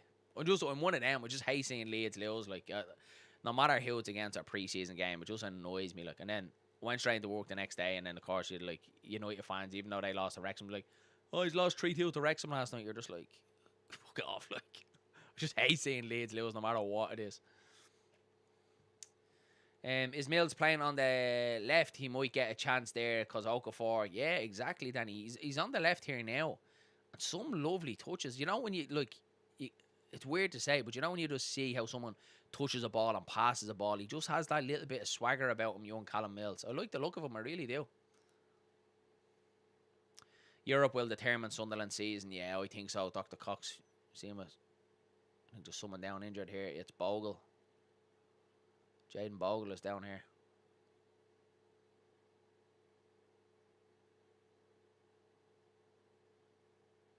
Hopefully he's limping a little bit. Oh, he was just caught on the toe. Jaden Bogle. He should be alright. He's more like a little tread on the foot. He seems to be moving alright there now. Jaden Bogle's very high, isn't he? It's like Jaden Bogle he's the one leading the press from the front, so he's definitely been given the license to press forward. Liverpool only beat Wrexham 1-0. Yeah, did I see something happened after the Liverpool and Wrexham game? I couldn't stay awake last night for it. Something happened with Curtis Jones and Sabozloi where they having a bit of a Barney together, a Fringpawn or something like that. I seen something when I was in work today, but I didn't get a chance to actually read the article on it. But I seen there was something with Curtis Jones having a bit of a bust up with a couple of the players last night. I didn't see it now. Wilson not really been involved yet. Yeah, not yet, mate. But I do think he's one of them players, isn't it, that he can just create something now, nothing at moment of magic. Bornell gives away a free kick there at the halfway line. A little bit needless, that, wasn't it? On Brobby.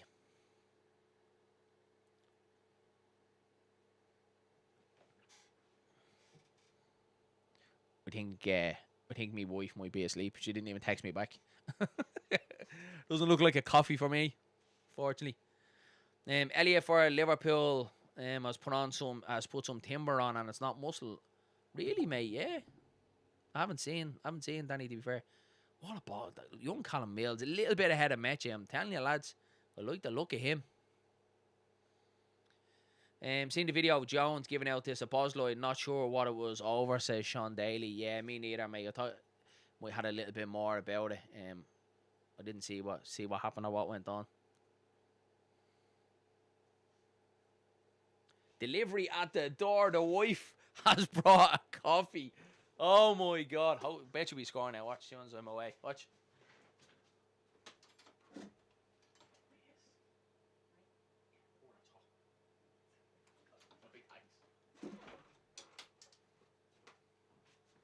Look at that. In the Leeds mug and all. See that? Oh, man. That's why I love her, lads. Honestly, that's why I love her. That's why I married her. It's just the little things in life, isn't it? Gets up out of the bed to make me a coffee. At what? 1 o'clock in the morning. Class. She's a good egg as Amy. She is. She is. Giving me the energy to keep me going. Be careful of the spiders. She is afraid of spiders, to be fair. There was actually, I have a funny story to tell you here. And you're going to oh, wait. There's a chance for Sunderland here. Bad touch from Robbie. Leeds have it back. I have a funny story to tell you. So on, what day? Thursday, Tuesday, I was recording the news show. So obviously this is like a little shed man cave studio that I have. But it has a metal roof. So obviously the weather has been like fairly warm lately. So when the sun hits the top of this, it's like it heats the whole shed and it's all like insulated and all. So I do be out here sweating trying to do them news videos. So the next time you're watching a news video, just look at the sweat that does be on my forehead the last couple of videos. But I was out here the other day and it was like too warm and I couldn't get the news video right and I was making so many mistakes and stumbling over my words. But it was literally just down to pure heat. So I'm going to need to crack the door a little bit, let a bit of air in. So I did. So I opened it probably about, get it out. Yeah, clear it away. So I opened it probably, I'd say, probably about 3 inches. So I was sitting here and I was recording the news video. And next of all, this whopper of a bee, and I'm not even lying, lads, he was about that size, flew in. And it sounded like a lawnmower coming in the door at me. I just went clean off the chair. I hate bees. See, bees and wasps, lads. So obviously, and he was just attacking me. Like the shed's only like goes from like here to here, so it's a fairly small space. It's a 10 foot by 8 foot shed, like. And I'm just in the shed, like just trying to fight the bee. Like he just wouldn't get out. It was like he gets in a gap like about that size, but wouldn't get out. So he just kept attacking me. But I won in the end. Like. Knocked down round 2, got him. But it was a little bit traumatized, lads, I have to say. Like, if anyone had to see me, like, just scrapping a bee in me shed, like, but it was all fun. And then 20 minutes later, then the news video went out. Then, so YouTube isn't all it's made to be. It's not what you always see on camera, to be fair. Back to bed. Yeah, she's gone back to bed. Oh, that's a cracking cup of coffee, that.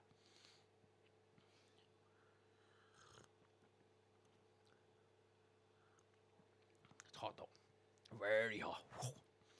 Jesus Christ. She must have got that coffee from Satan. Holy Jesus.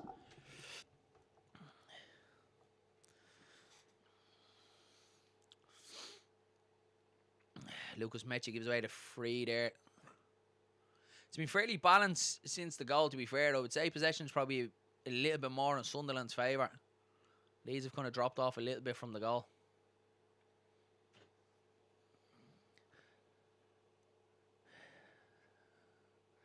Darren having a boxing match with a bee, man. This thing wasn't a bee, it was like a bat. You want to see the size of it.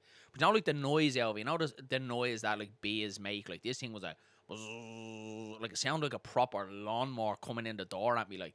And they just clean straight off the chair, like, because he just came straight for me as it was coming in, like as I was trying to record the video, like.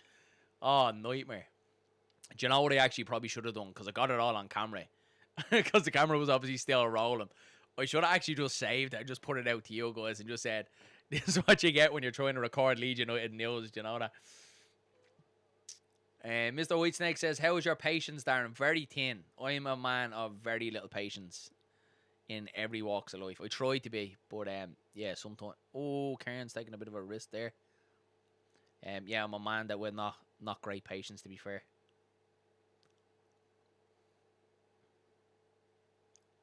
Ooh. Is that a Samsung that you're watching on? Is that a Samsung watch you've got on? It's actually not. The Mrs. Amy, the wife, does a bit of TikTok. So it's like one of them like TikTok like smart watches. But it's actually class. Like I've had it about 3 months and I actually love it. Like it's really like dressy, obviously being back in the gym and all that. Really good. Really, really good. Showing a picture of a couple of young Leeds fans. Isn't that class though? They're just sitting there having a couple of beers, a couple of Bud Lights watching Leeds. It's probably one thing about the Americans that they're going to obviously sit there and have a beer and watch their sports. It's class, but you'd never get away with that in the UK. Imagine being able to bring your beers to your seat at Ellen Road, man. They'd just be launched, wouldn't they, as soon as Leeds score? Oh, well done, Maharmovic. Let me free out to Leeds.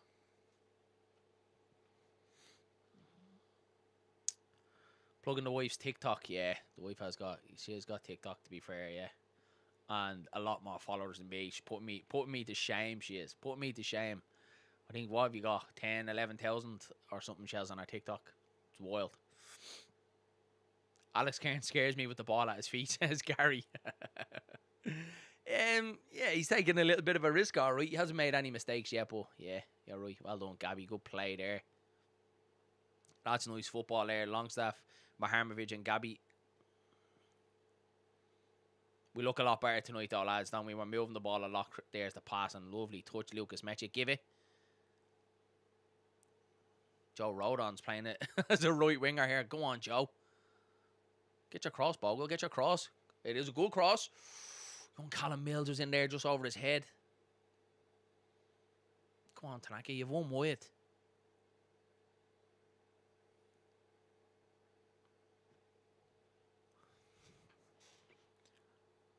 Here's Bogle. Go on, Tanaka. Go on, get your cross. Get your cross. It's a good one. Oh, just in front of the long staff into the keeper's hands. Unlucky. Better from Leeds. I want an Apple Watch Ultra. It costs like 800 quid. Does it, mate? Yeah. Yeah, no, I love this. Again, the missus got it from TikTok, so I don't know how much it was, but it's class. The battery's good on it. The face is really cool. I don't know if you can see it. I'm trying to get it up to the camera there. But it's cool. It has everything on it. Like weather, everything you want in a watch, so it's class. I love it. And it's a little bit kind of dressy as well, so I love it. You can drink at the rugby in the stances, Dr. Cox, yeah. It's mad. I don't know if any of you like watch the GAA over here in Ireland and like the hurling. There's like they mix fans like over here. Like you still can't drink at the stands, but it's still something that like blows my mind that opposition fans like mix with each other because I'm obviously so used to watching football and like the segregation, like the Leeds end and like the away end. You know, you're always split. Like it's mad that over here like our national sport is like they all like mix together, like which is class. Like. 200 quid, was it? I didn't know you paid that much for it. Nice though. Thank you very much. And thanks for the coffee.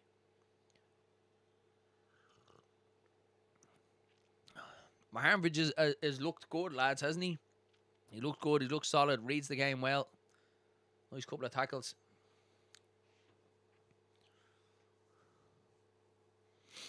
Sunderland, I think, are just starting to put a little bit more pressure on Leeds here.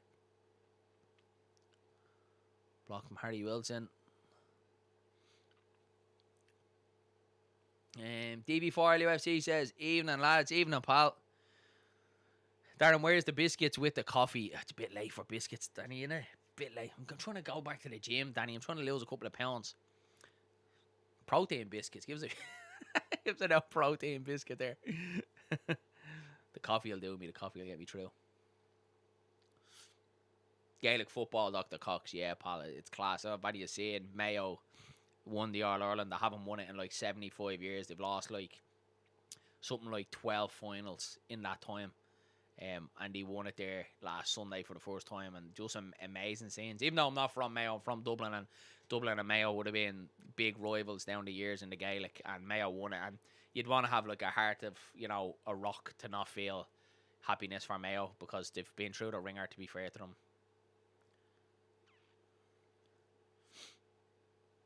Go on, Longstaff, go wide. Bogle.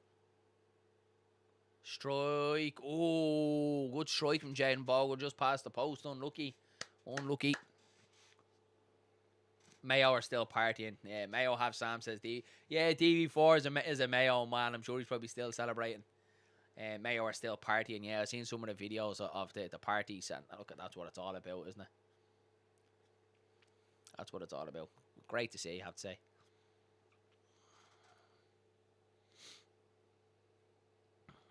Will be a match reaction as well after the game, lads. I'll be recording it after the game.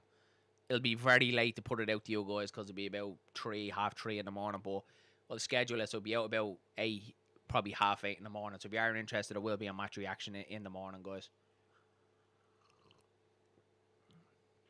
Yeah, the county is still partying all week. I'd say there was absolutely no work done in Mayo, I'd say, for the last week.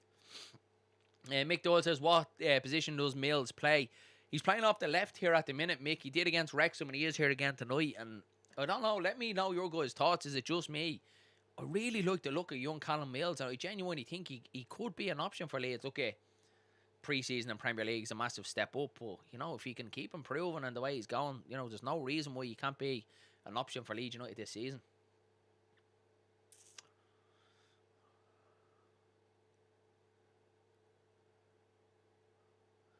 Full English now. They'd be early late for a full English.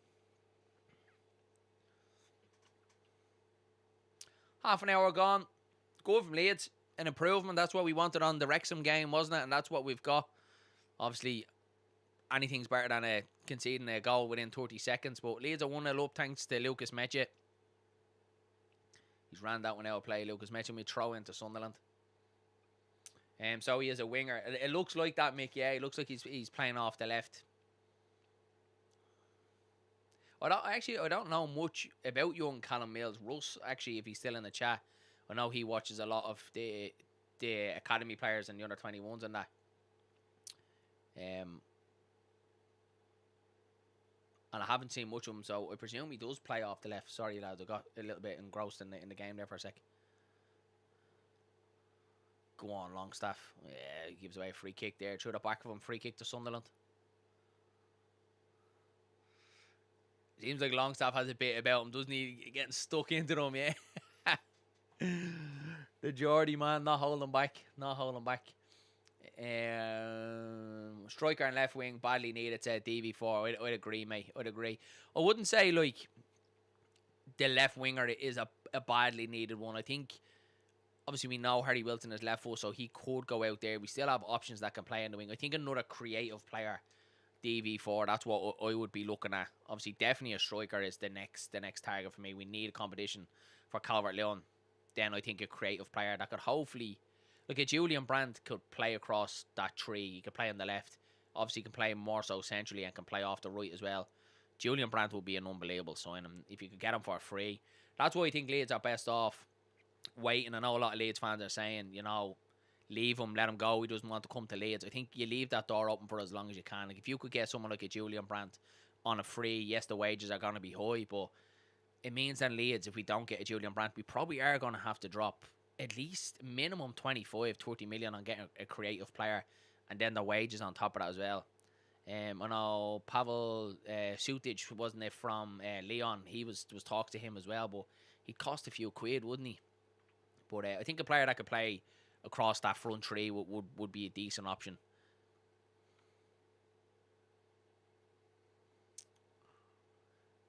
Mills played on the right last game, I think. Did he, Dan? I thought it was the left. I think it was the left, Danny, because didn't we start with DJ, and DJ played off the right? I think he started on the left, but I think we need left back cover before anything for me, says Danny. Really? Yeah. I'd put the striker ahead of left back cover because I think like we have players that could fill in left back. I think a striker would be more important to me, Danny. An explosive left winger like Poyet would be my choice, yeah. How viable is it? Oh, chance here for Sunderland. Well done, Joe Rodon. Great recovery tackle. Sunderland are still in, though. Blocked by Maharmovic. Oh, there's a bit of a scrap. Show the game. Bit of a Barney going on there with Joe Rodon and Brobby.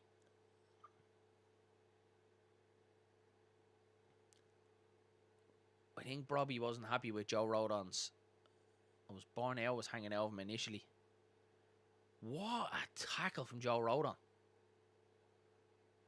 Joe Rodon was having a pop at Robbie there.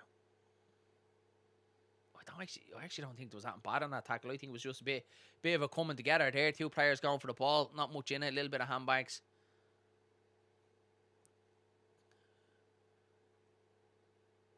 Corner to Sunderland here.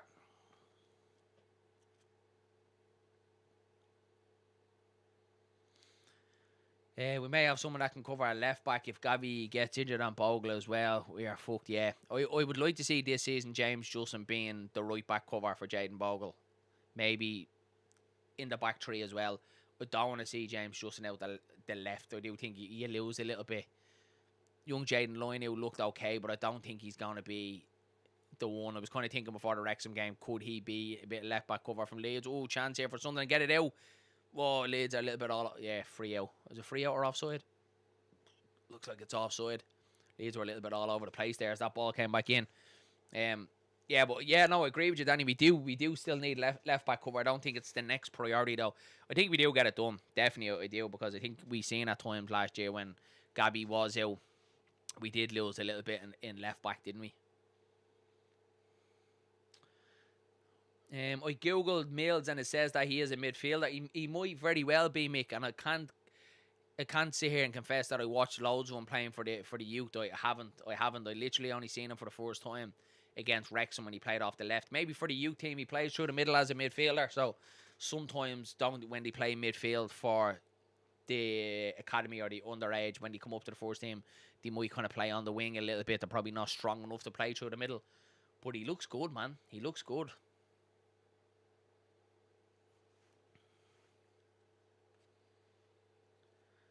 We've still got 2.5 strikers at the minute.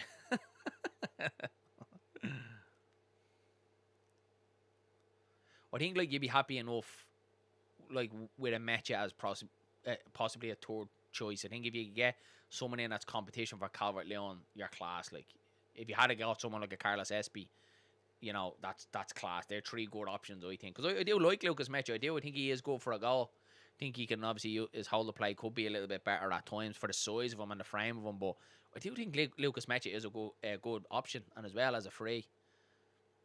Sunderland are making a change here, so Robbie is gonna go off. I don't think Pirro goes. He mightn't, Danny. He mightn't. I think he should. Do I think he will? I'm not sure. Jaden Loyneu needs a League One or League Two loan. He probably will, mate. He probably will go on loan.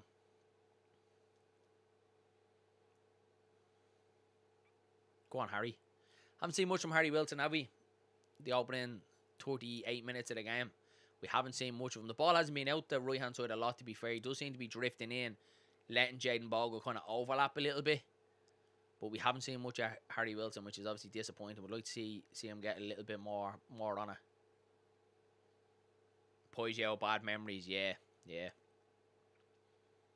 I think look if push came to shove and Leeds got him, you would be delighted with the signing, but there is a little bit of a sour taste with the way it unfolded last summer with him. Look at you could probably look at it like what happened with Dan James. Obviously, look at we could have got Dan James from Swansea. Didn't happen. Ended up going to Scum. We all probably hated him at that time because we felt he should have been a Leeds player, and then he ended up at Leeds. So maybe that's another Poigio thing that he's destined for Leeds, and he could end up at Leeds. I think Marseille do have to sell. I believe Marseille are in massive trouble. I think they overspent a lot, didn't they? I think they're in a lot of trouble. Shot way over the bar there. Goal kick to Leeds. He was offside anyway, wasn't he?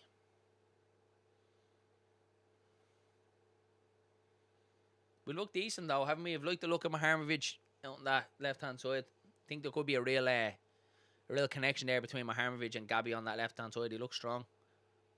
He looks good on the ball as well, Maharmovic. But Arnell's going long to Jaden Bogle. Oh, he gives away the free. It looks like Jaden Bogle is the right winger and Harry Wilson is kind of tucked in a little bit. He hasn't been out on that right hand side. Sorry, excuse me for smashing the mic over there. But Jaden Bogle seems to be further forward than what Harry Wilson is. Cut price deal could be worth a look at. Poigio, yeah, mate. If we could get a cut price deal, why not?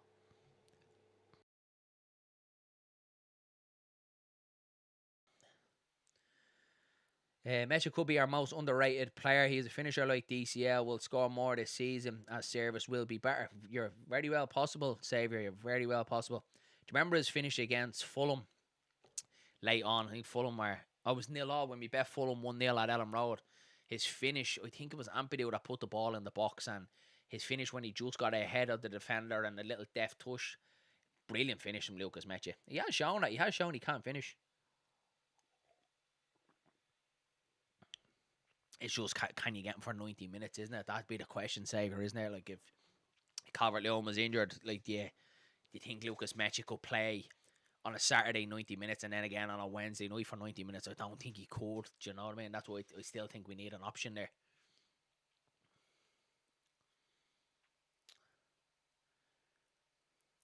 Cairns and Nets wondering how he's currently our number one.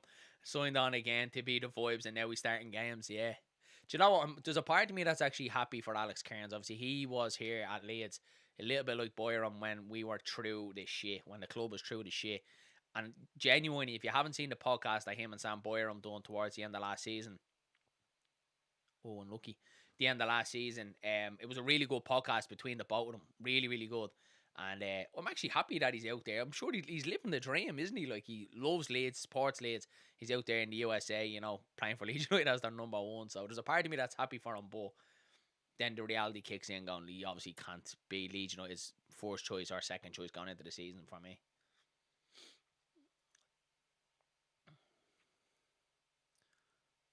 Maharovic to Tanaka.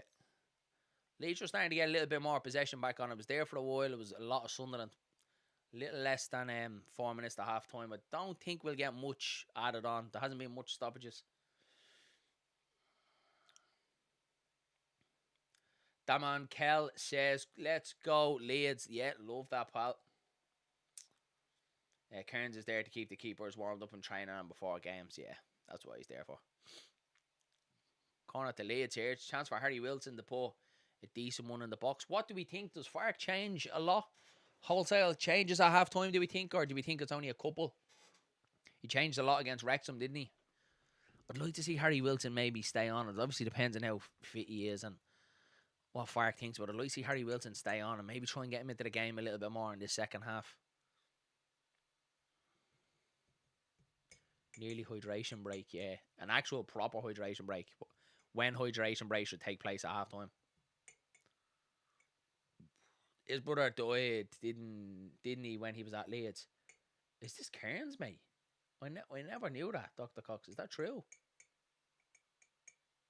I never knew that, mate. Jeez, that's awful to hear if that is true, mate. I never heard that before. Jesus, God love him.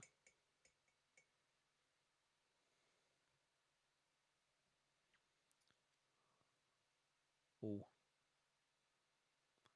I think you might change your mind on Saturday against the Scousers. Might as well give one of the kids, the kids got 45 minutes. Change my mind about what?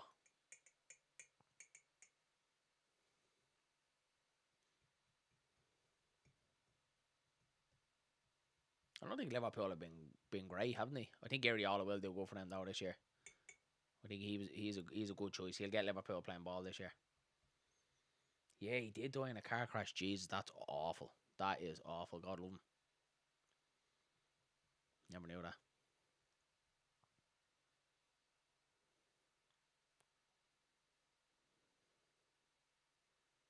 Not much to rave about in this game apart from the Leeds goal, is there? There hasn't really been Sunderland haven't threatened Leeds whatsoever. I actually think defensively we've looked good, even though Sunderland have had a lot more possession. Leeds have obviously got the goal, and apart from that, we haven't really created much, have we?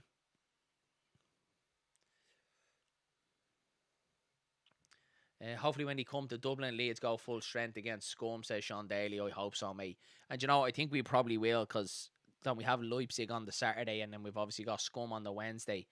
And then I think we've one more after that, do we? After the Scum one? And then the following week then is the start of the Premier League. So I think we will. Um, I think we will. I think we will have a strong enough side out against Man United. I think we do. And I think probably we know obviously it's going to be a sellout, 86,000. And obviously last year as well, we had a decent side, didn't we, against Milan at the Aviva last year. So yeah, I'm with you, mate.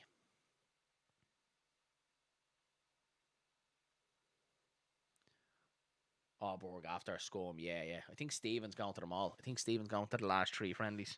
He's mad. Stephen Bourne absolutely loves it. Oh, that coffee's gave me a little bit of life.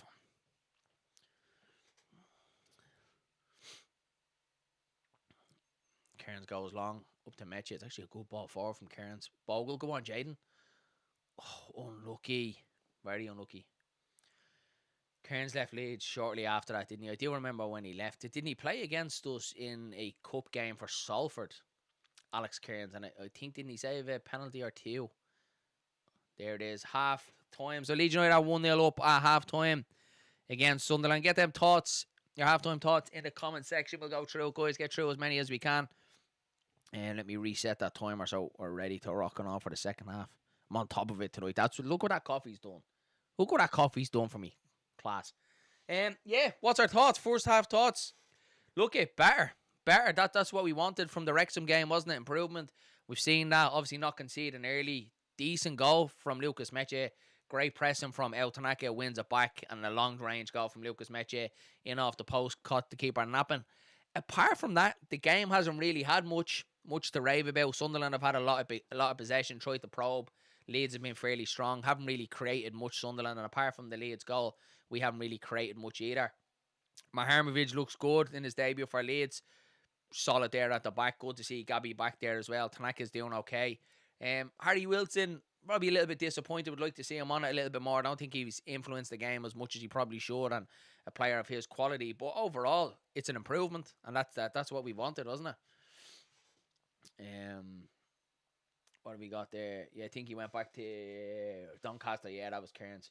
The game versus Salford was at the end when Greenwood missed the penalty. Great chance from the free kick. Yeah, mate. I knew we lost against Salford and Cairns was in goals. Just showing the goal here again. It was a lovely interception from Tanaka. I'm delighted for Tanaka. That's what I wanted from tonight. A decent performance. I was hoping no more mistakes out of Tanaka. But it was good pressure. It was actually good pressure on Lafay. And then Meche, yeah, great vision. Great goal from Leeds. Sean Daly says, agree. Darren, much better control of the game. Be interesting to see how we change it for the second half. Yeah. I wonder, will he go wholesale? I wonder, will we see a complete overhaul in the second half, or will he just be inclined to make one or two changes? Jason O'Keefe says, Mills doesn't look out of place in the first team. Do you know, mate, again, I've been impressed with him again, and he warranted a start tonight, how well he played against Wrexham, and look, he's not doing himself any harm, is he, to put himself into Daniel Farke's thoughts. I'm not saying start in the Premier League for Leeds United, but certainly an option. This is how it started with young Archie Gray when he started in pre-season.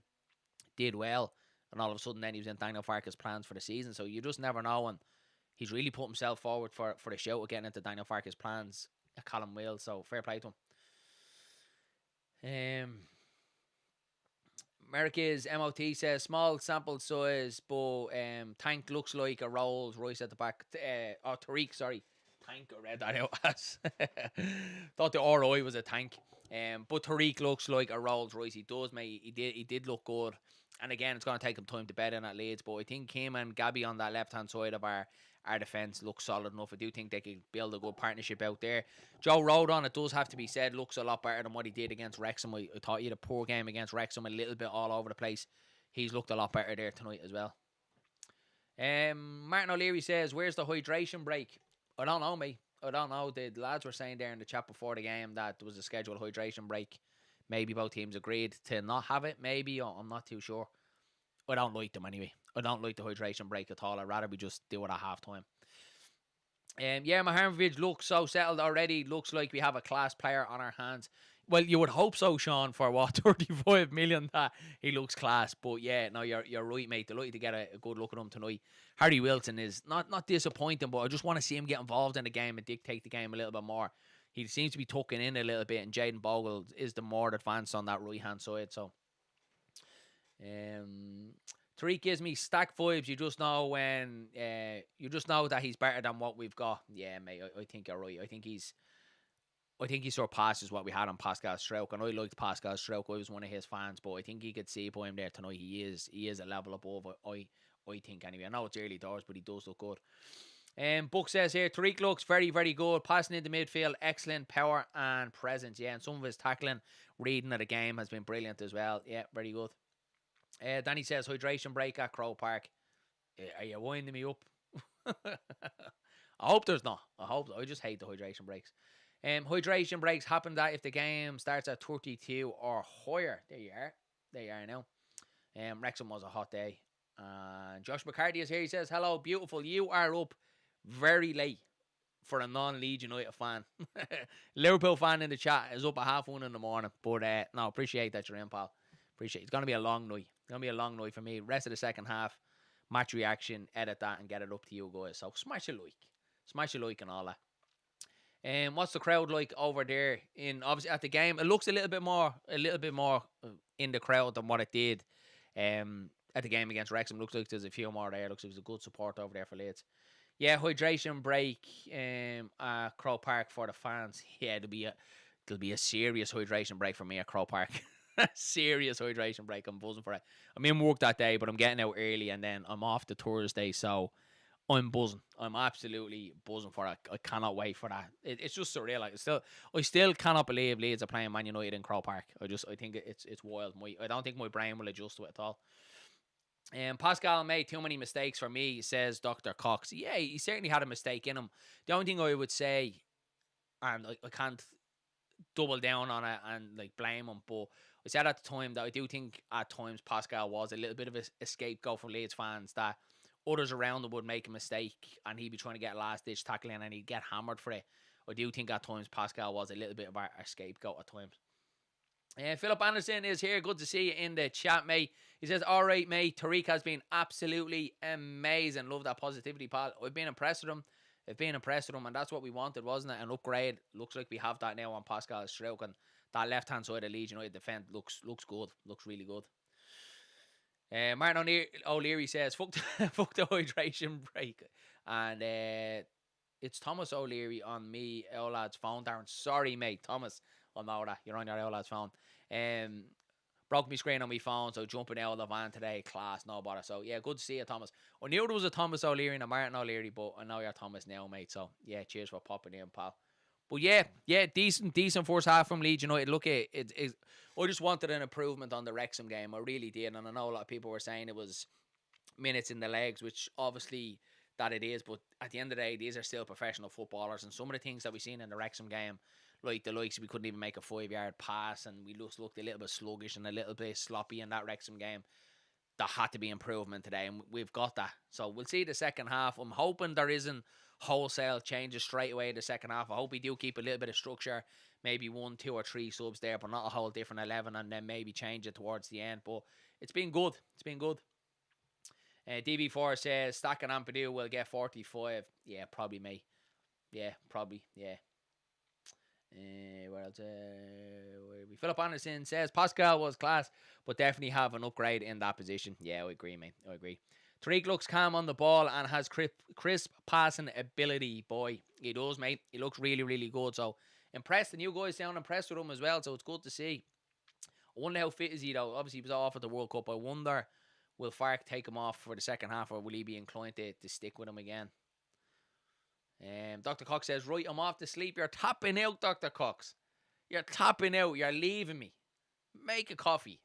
Join me. That coffee's gone straight to my head. I think my wife put 2 scoops on that. We're probably not going to be able to sleep tonight now. Bring Amps Stack on and Kearns and Tariq off. Really quick on the turn, says Philip Anderson about Tariq as well. Yeah, impressed. What have you made about Harry Wilson? I've obviously gave my opinion. I think he obviously hasn't got involved in the game. Is it just game state? We can't really get him into it. I'd like to see him stay on the second half to see if we can get a little bit more out of him in the second half. Let me take a sip of this water.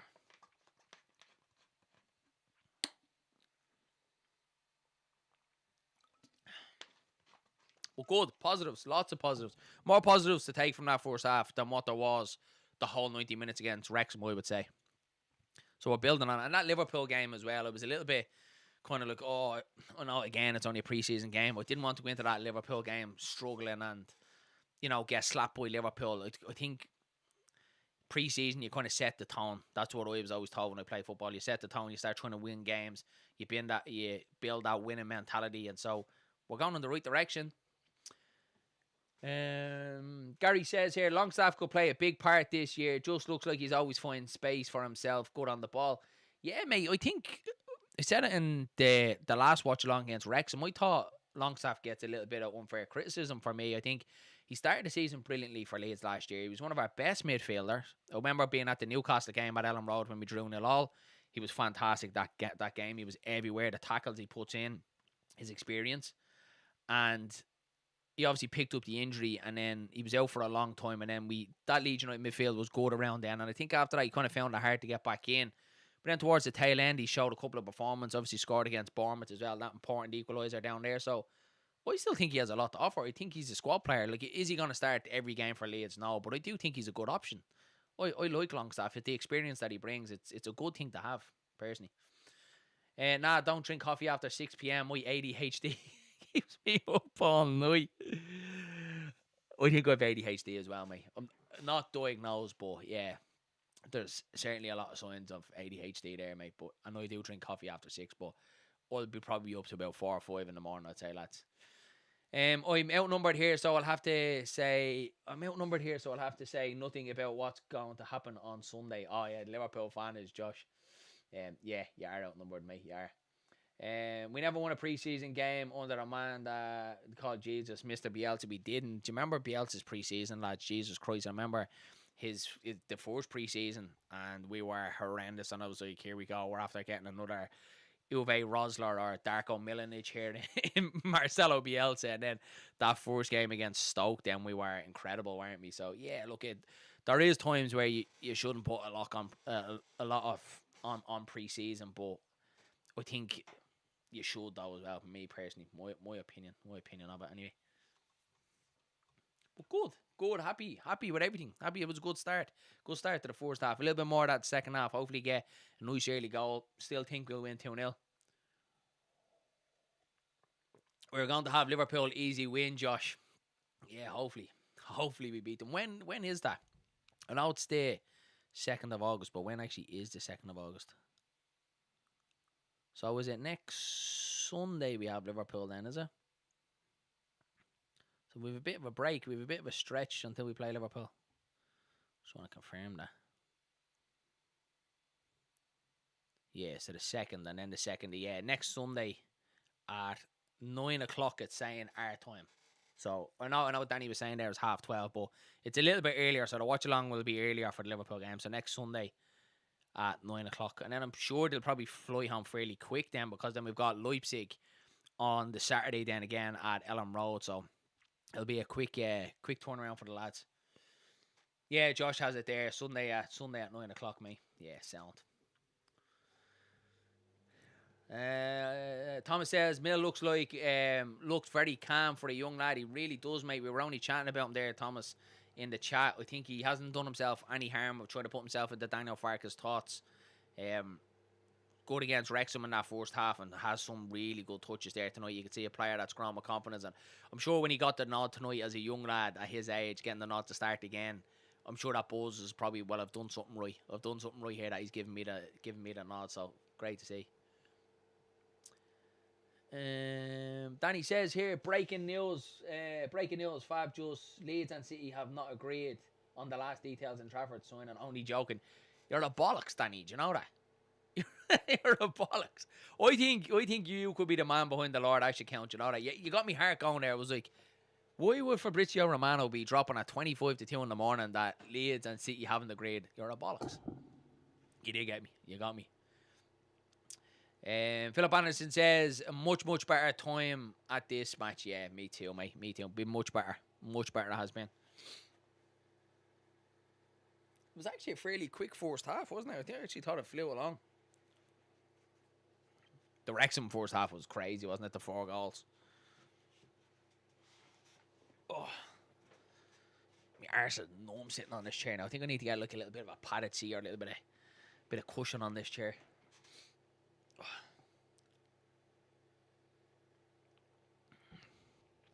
Yeah, I'm interested to see what changes he makes, who comes on, who we got in the bench. I think it was called right there. I think we probably will see Ampadu out the second half and probably Stack. Yeah. I thought you would have read it before reading it out now. I was just reading through it there. When you said breaking news, I was like, whoa, I just jumped straight on it. But yeah, I probably should do that. I probably should read them out. Read them before actually reading them out. Few of the kids have impressed so far. Looking forward to seeing them against a bit of a tougher opponent. Anyways, I'm off to old sleep. Good night, Josh. Yeah, pop into the old watch along on Sunday. We'll have a bit of crack with you. Mr. Yorkshire Monkey says DCL still injured. When's Okafor back? DCL I would say is still injured, because we did hear he was training by himself after the Wrexham game. So I would say he probably is still injured. I don't know what the injury is. We haven't got a bit of info in it. Hopefully after the game that they do ask Fark what the story is there. And Okafor, when's he back? I'm not sure, mate. I'm actually not sure when Okafor is back. Good question. I'd imagine it's soon, because he obviously came back the week before Obviously got knocked out of the World Cup the week before. England obviously went on to the semi-final. So I would imagine he's probably due back soon. If Trafford's back the 9th, I would say next week, into next week, Okafor will be back. I'm just speculating there. I'm trying to find the answer for you. I don't know for certain, but I would say next week with the way it fell.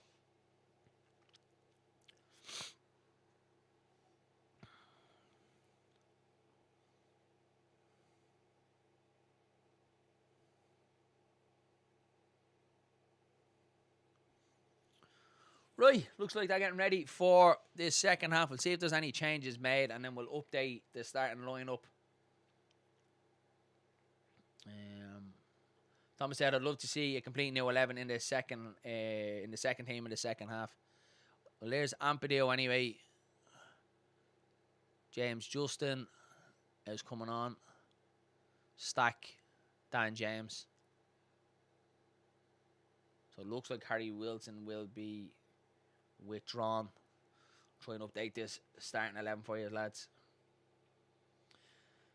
Dalito says, "How are we feeling with the late night, early morning game? Now, you know, I've put me through the season. It's tough, mate. It's tough. I'm not going to lie. My eyes are fairly stinging out my head here. Tried to have a little nap on the couch before, but it didn't really go according to plan. But yeah, I know I'm going to be worried after this. I'm not having a coffee there as well, so I'm probably going to be up till about 4 or 5 in the morning. Right, let's try and get confirmation of what changes we're making. So,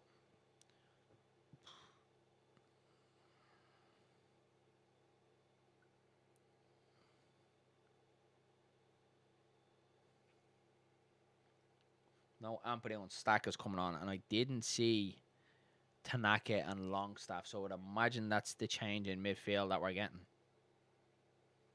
Pirro in too, is he? I haven't seen it.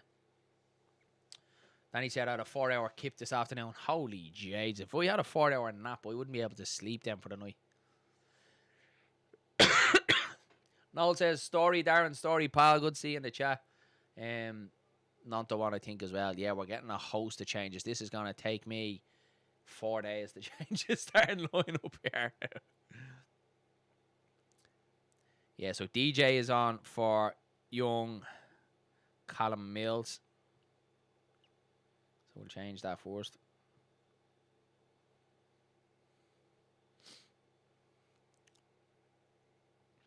Stack for Longstaff.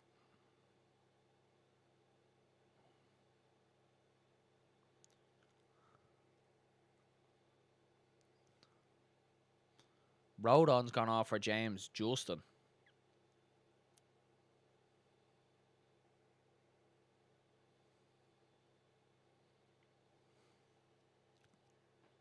Right, so how are we looking? And then Nanto, I'd say, for Harry Wilson, is it?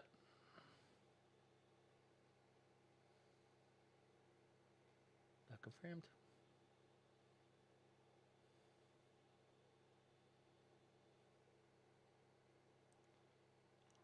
That it? Are we good? And then Pirro's obviously on for Lucas Meche.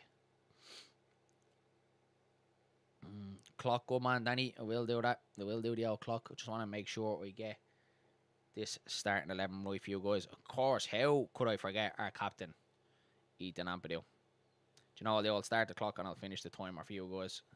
Because I want it to be right, because my OCD will be a little bit at me there if we don't get it going. There we go. On the way for the second half.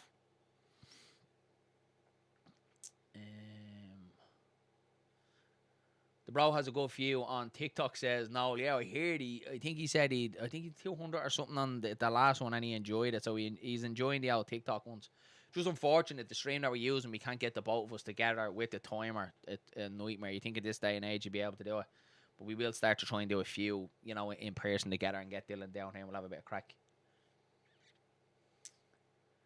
May change me Outloud YouTube to Thomas. Yeah, you might as well, mate, because when I'm reading it, when I'm reading it, I know I'm gonna read it as Martin, but Pirro on, yeah, Martin has it there. So Pirro's on for Lucas Meche.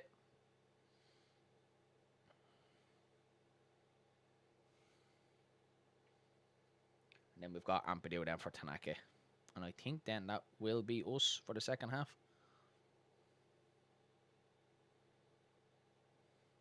Spelled Ampadu's name wrong. There, I think that's it. Are we good with that? All happy with that? Are we right? Maharmovic is still on. There's Borneo. Yeah, I think that's it. Are we good? Are we right?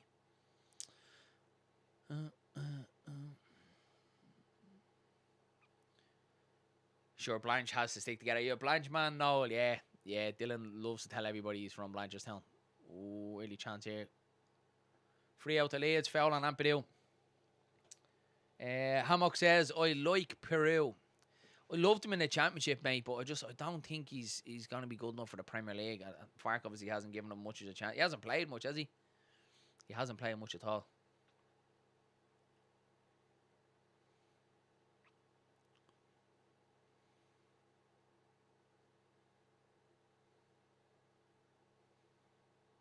I've definitely got this wrong, haven't I?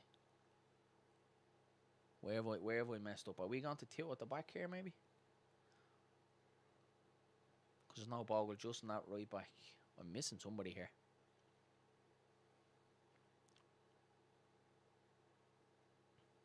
Oh no, Bogle's further forward. I'm good. I got the line up right.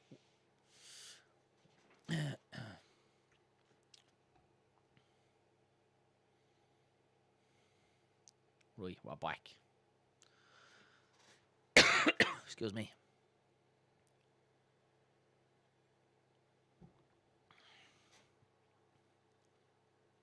Be interested to see what Peru can offer now in the second half for Leeds. Had Mecha as a little bit more of a target man, so hopefully the ball doesn't come back too much at Leeds. We need it to kind of stick up there when it does go up there. So James looks like he's going to go off the left. Nanto's very much on the right by the looks of it. Stack Ampadu in midfield. Pirro through the middle. Yeah, and James, Justin, Borneo, and Maharmovic is going to be our back three. Good win for Bowes last night. Up the Bowes. I actually haven't been to Daily Mountain in a long time, Noel. You know that I just can't get the time to go, and I'd love to go again. With everything with work, the kids, the YouTube, everything, man. It's so tough. But yeah, I used to love going to Daily Mountain. The atmosphere, and there's nothing like local football, isn't there? It's class to see, like.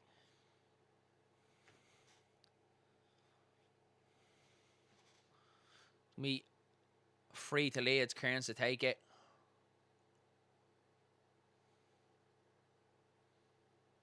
Wexford Youths, man. I haven't heard of them in years. Long one forward from Alex Kearns to Pro. Headed away. I'm hoping we get a little bit more from Willie Nonto and Dan James in this second half, because I thought the two of them were poor against Wrexham, so I'd like them to show a little bit tonight.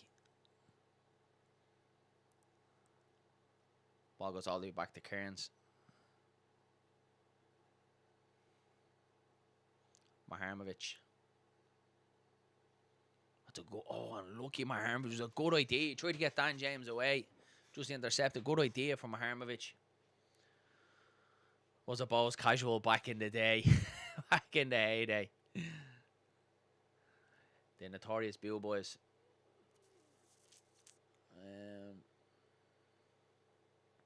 Amy has the link there in the chat for the charity cycle myself and Dylan are doing on Saturday. If anyone's interested in donating, no matter how small the donation is, guys, really will help us out. As Amy says there, we're 57% of the goal raised. We're looking to raise €1,000, so we're probably over 500 there. So yeah, any sort of donation at all really would help us out, lads. If you are interested in that, be greatly appreciated. Me and Dylan are gonna suffer big time on Saturday. Amy's still awake. That's what I'm surprised as well, Danny. I was just sitting here thinking she's gone very quiet. She must have fell asleep, but still awake. Coffee's kept me going anyway. Still finishing. The size of a mug as well. Massive mug of coffee. Well done, Justin. Headed away.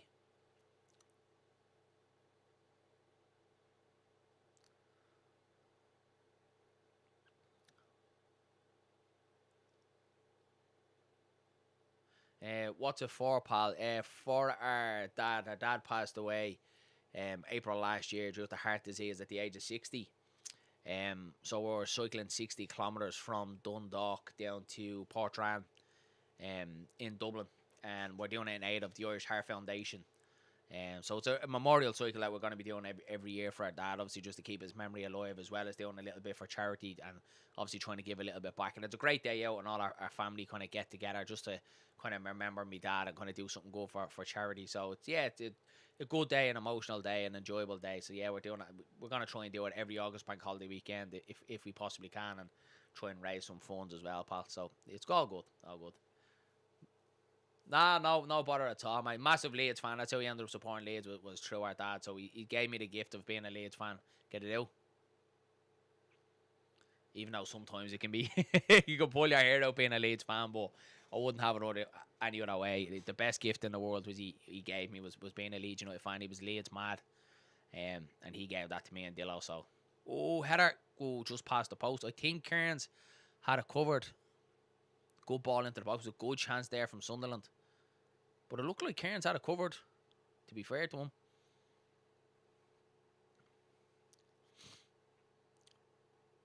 Yeah, he had it covered. Had his angles covered there, Alex Kearns. You want to cycle from Belfast to Dublin? Yeah, it'd be a bit longer than 60k though.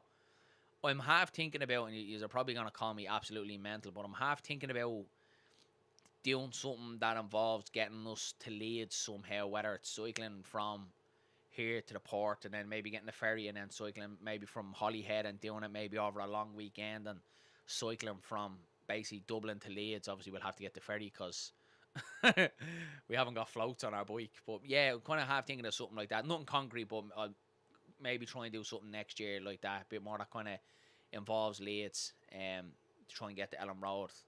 Would be nice, as well as raising funds as well. Might even do something, if there's like an English Heart Foundation or something like that as well to raise funds for them, it would be good as well, wouldn't it? So we'll see. Nothing concrete there. That's the way my brain works.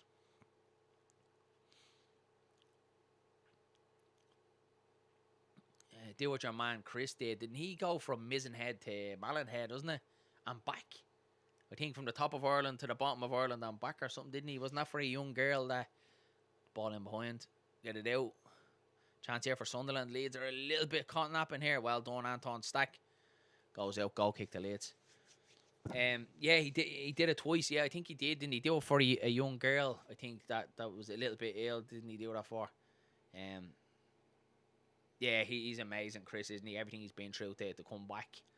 Brilliant. And I think you probably get that from people that have been in the darkest places are probably the kindest people because they know what it's like, don't they? So I think Chris has obviously been in a lot of dark places, and the good that he's done is amazing, isn't it?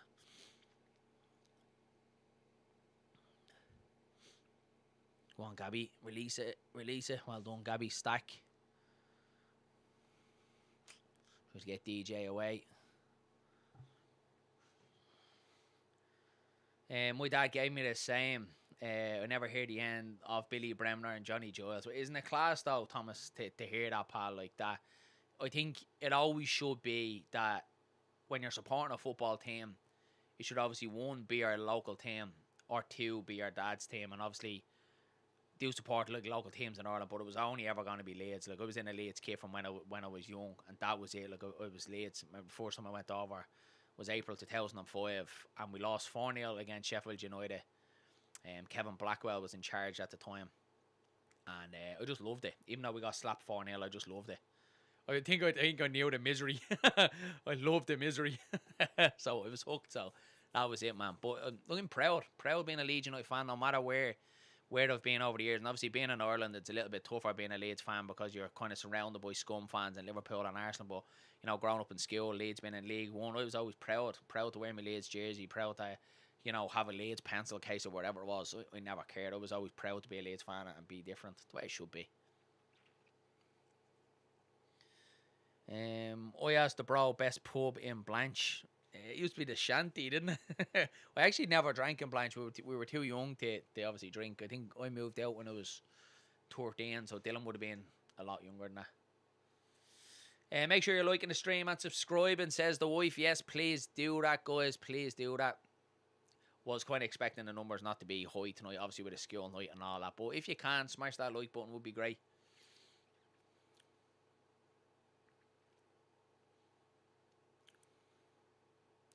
Leeds were starting to get a little bit more control of there. Kind of started there the second half where Sunderland had a bit of possession, but we're a lot better. Massively, massively improved from the Wrexham game, 100%. Barnett was doing well as well, lads, hasn't he? To be fair to him, hats off to him, he's done decent as well. See, we're going along to Pirro there, and it's not sticking. That's when it's going to come back to what a tackle from Tariq Maharmovic. Lovely time tackle. Let me throw in there to Leeds. Yeah, we're going a little bit long to Joe Peru there, and it's just coming straight back. It's a great tackle there from Maharmovic. They're just showing it here again. Well timed. Looks like he likes to tackle Maharmovic, doesn't he? The Leeds fans will love that at Ellen Road, him flying into tackles. Same here. Used to have Yaboa on my jersey. Yeah, I little bit embarrassed to say, but the first name I ever got on a Leeds jersey was the old Packard Bell. The old Packard Bell one when we were sponsored by Umbro, and I got Alan Smith on the back of it. And it was when he was 39. Do you remember his debut season for Leeds? When Alan Smith was 39, so I got 39 on the back of it. But yeah, used to idolise Alan Smith. Absolutely broke my heart. I knew what heartbreak was for the first time when Alan Smith went to Manchester United. I don't think I'm over it. I think it. I still have a bit of PTSD. Go on, Stack. Strike it. Have a shot. Strike from Stack. Not a great one. Go on, he still has it. Go on, Anton. Strike. Blocked again. Unlucky. Danny said I was behind the goal when Yeboah scored against Liverpool. I'd say the noise of that crossbar when he rattled that crossbar was amazing. These commentators are very one-sided, blowing smoke up Sunderland's hole, said Jason O'Keefe. I haven't got it on me. I haven't got the commentary on at all. I don't tend to have it on. I don't tend to kind of listen to it when I'm watching the games. Why? What are they saying? To be like, I don't know how biased they could be. Like, Leeds are doing well here. They're coming back. Well, obviously winning 1-0 and they're getting a lot more possession here now. What a touch that is from Jaden Bogle. Stack. Oh. Little bit heavy from Gabby. You could have had Gabby in behind there and lucky. The jersey's actually not too bad, lads, isn't it, on the players? I know it looks shit, like, on the website. That was a bit aggressive. Looks shit. It looked a bit bad, didn't it, on the players? But, like, on them now, watching it actually on them, like, it's actually not bad, the home jersey. I suppose they're all fit as fiddles, aren't they? Like, I'm a bit of a chubby lad like me having a few beers with that type of jersey on you. It's not going to look great, is it?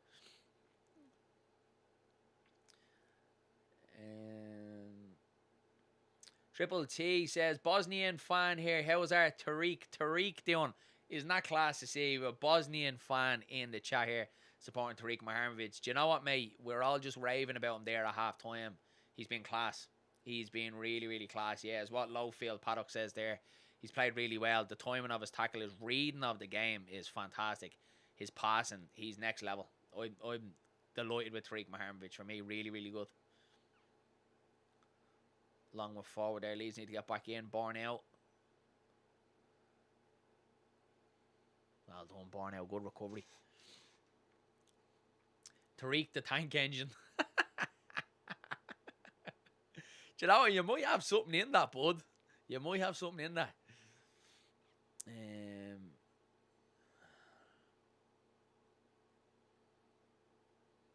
Jason O'Keefe says he's a rat. That's something about Alan Smith, yeah. I hope the Slovenian and the Bosnian get on okay. Yeah, I'm sure they will. There's always a lot of mixed, isn't there, when you're playing for club teams. I really, really, really hope that Leeds will reach Europe. I am rooting for you. I hope so as well, mate. And that's class to see. Really good to see the Bosnians. You're really good at supporting your players, aren't you? I love that. I love that like they follow them. A little bit kind of like the way the Japanese and the Chinese do. They love to see their own do well and then follow them teams, don't they? But it's class, man. I did see that a lot of Bosnians start following the Leeds account and all that. But yeah, so good to see. But yeah, so far Tariq looks good, and you know what? He's not even up the full pace. He's not even bedded in yet, you know. So he's shown really good signs there. I don't know what's going on here. The game's on a bit of a break, but I don't know what we're stopped for. Is it? Just a throw into Sunderland, I think, here. I don't know what's going on.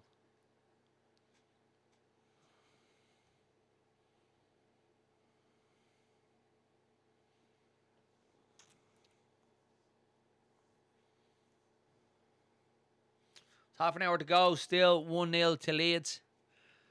Sunderland are making 5, 6, 7 changes. It looks like there Sunderland are about to make. So be wholesale changes here for Sunderland.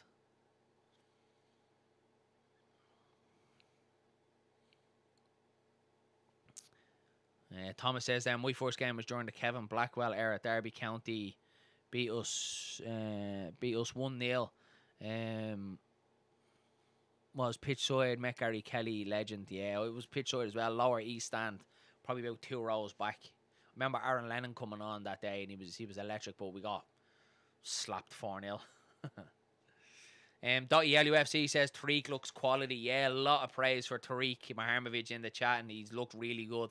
Looked really, really good. Good to hear that, and great support. Whole Bosnia are now Leeds fans. Brilliant, and we have the same colours, mate, don't we? The blue, yellow, and white, so it's just made to be. The Bosnian wall, the Bosnian brick wall we've signed. There was some serious support, wasn't there, for Edin Dzeko from the Bosnian fans, wasn't there, when he played for Manchester City? So, yeah, hopefully we get some similar at Leeds.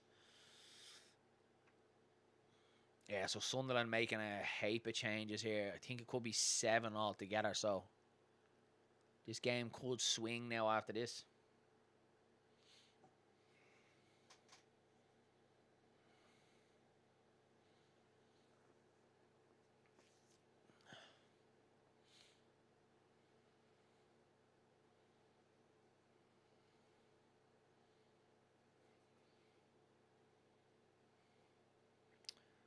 Probably the only disappointing, and not to be on a negative, but haven't really created that in the second half at all, have we? Like, haven't been able to kind of get in behind. Oh, Jaden, surely that's a foul, ref. Yeah, it is. Free kick to Leeds. Jaden Bogle bundled over there.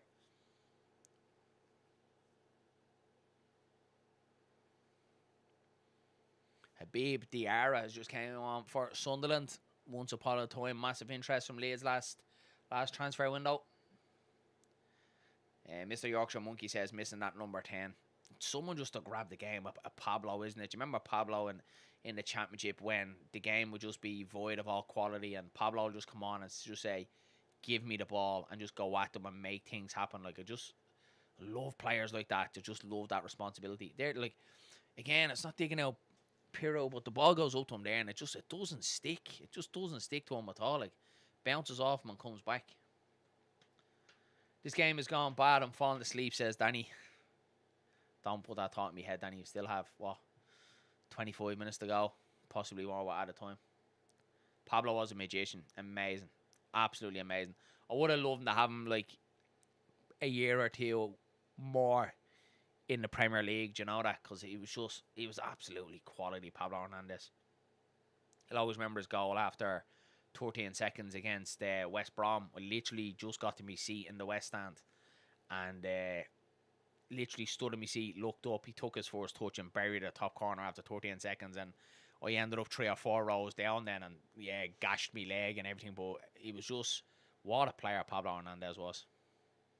What a coach he is now. What a job he's doing as well as local team as well. You never know. One day it could be written in the stars. Pablo will be back in the dugout at Ellen Road.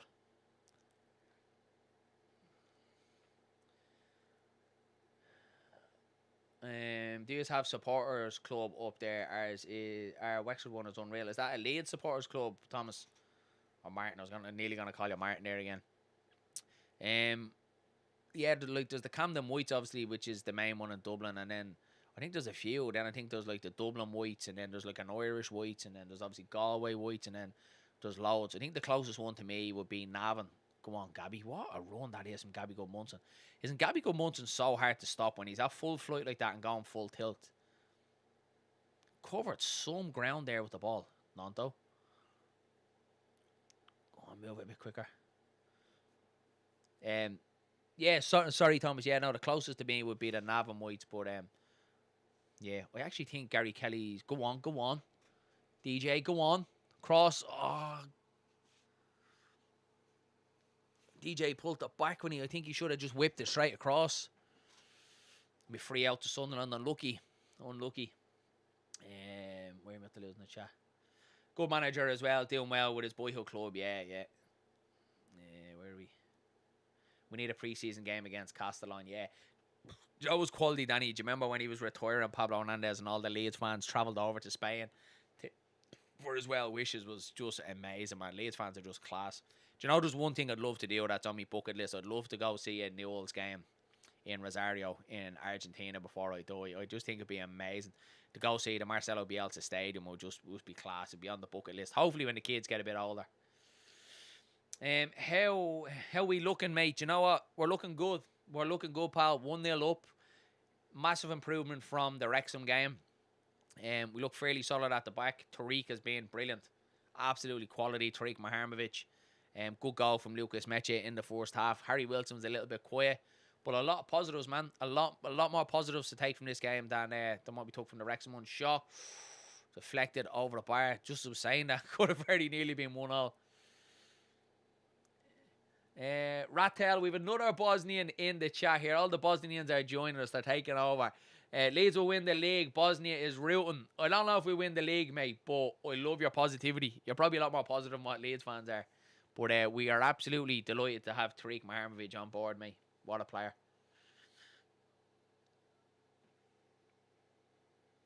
Byron says, I'm in New York for 2 days. Off to Chicago for the game on Sunday, mate. That is class. That is class, man. You're going to have an unbelievable time. You'll have an unbelievable time. I love Chicago. Went to Chicago on a J1 for a summer back in 2016, and Chicago is a brilliant city. I actually went to Soldier Field Stadium for a concert, a Coldplay concert, and Soldier Field Stadium was amazing. I was looking at going, but the flights for that game was mental. I think it was like $1,100 alone for the flights to fly in the day before the game and then fly home the day after. That was out accommodation or a match ticket. We have a couple of changes coming on here for Leeds. Reece Chadwick is one, and then it looks like Jaden Loineau is going to be the other one. Sebastian Bornell is going to be coming out. I think we've got a few coming on here now, so we have a bit of a shake up.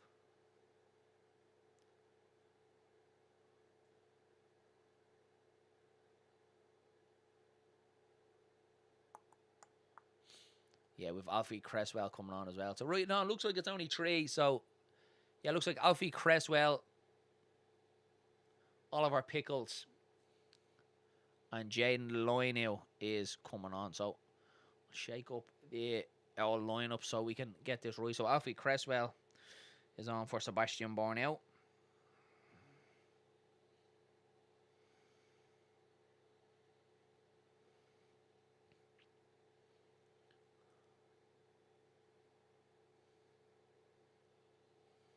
What else? What other changes have we got? Who else is on? Premier Sports are so bad at showing what the changes are.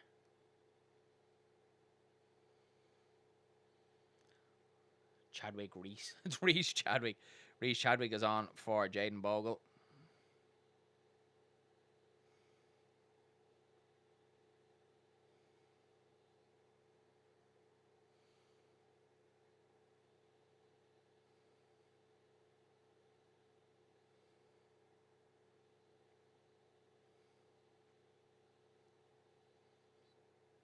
Sorry, guys, just updating this lineup for you. And who did Ollie Pickles come on then for?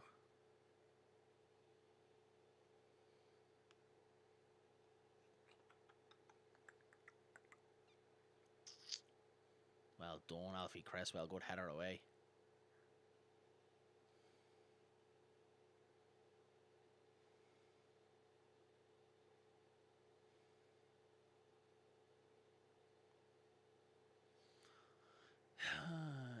Danny says, smash the like and subscribe and hype afterwards, please. And if you can donate to the lads. Cheers, Danny. Appreciate that, pal. Keeping me on my toes, buddy. 20 minutes left to go. Still 1-0 to Leeds.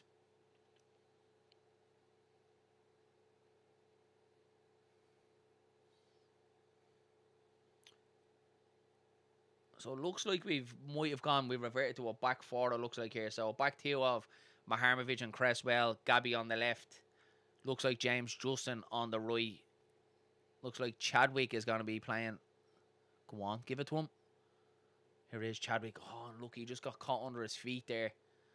Unlucky. Yeah, so it looks like we've reverted back to a back four.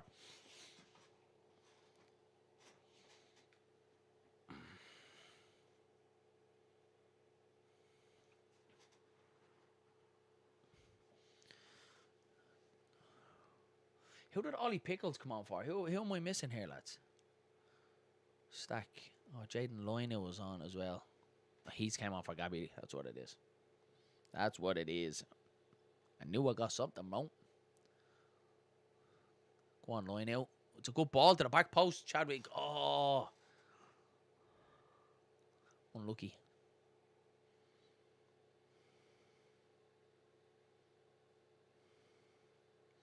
Do it again. Amy says just short of the 600 mark now for the charity cycle. That's amazing, lads. Thanks so much for the support, lads. Really do appreciate it.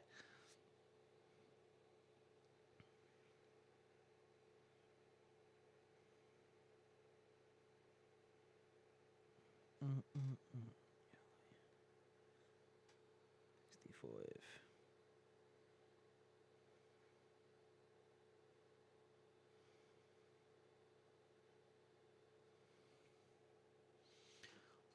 Maharnbridge forward to DJ. Go on, Lionel. I tell you what, my 2-0 prediction could still come true here.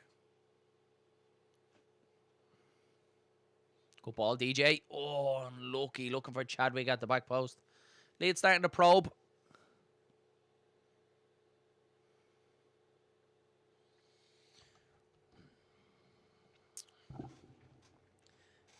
Chadwick is a 10 or a winger, says Danny. Yeah, looks like he's going to go off the right, it looks like now.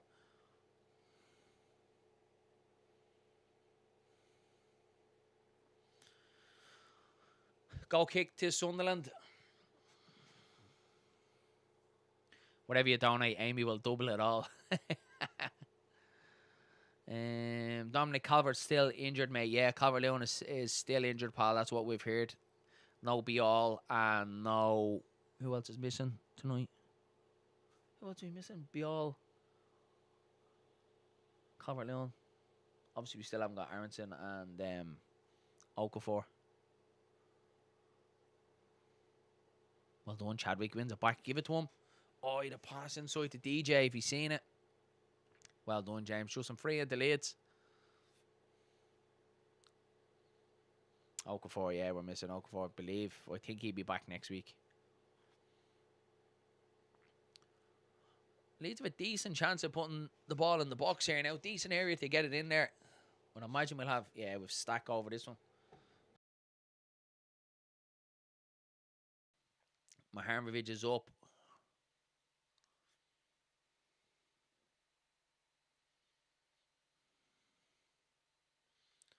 Referee dealing with a little bit of pushing and shoving in there. Be great to see Maharnbridge get a goal, wouldn't it? Yeah, Danny has Bial, DCL, Aronson, Lucas Perry, that's what it was. Yeah, missing Lucas Perry as well. Maharnbridge back to Lionel. Well done, Jaden Lionel. Cairns has done all right in goal as well tonight, lads, hasn't he? He's been good with his feet. His passing has been very good. He hasn't had a lot of saves to make, but he's been very good with his feet. Can't stand the era rat. Yeah, obviously he was close to Leeds last year, wasn't he? Mr. Marsh going to take over Newcastle. Is that true? Is that a thing, mate? Or are you just messing? He has. Jesse Marsh isn't taking over Newcastle, mate, is he? You're on the wind up here. I tell you what, man, if Newcastle bring Jesse Marsh in there, Lord. Russ says Maharnbridge has done well tonight. He's done very well tonight, mate. He's done fantastic. Good, unlucky DJ. Through the left foot cross straight into the keeper's hands.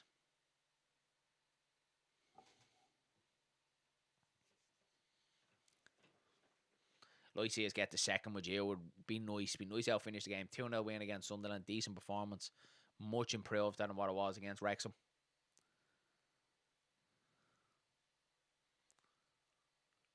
Little less than 15 minutes to go. Smash the like if you haven't already done so, guys. Just past the 100 like mark.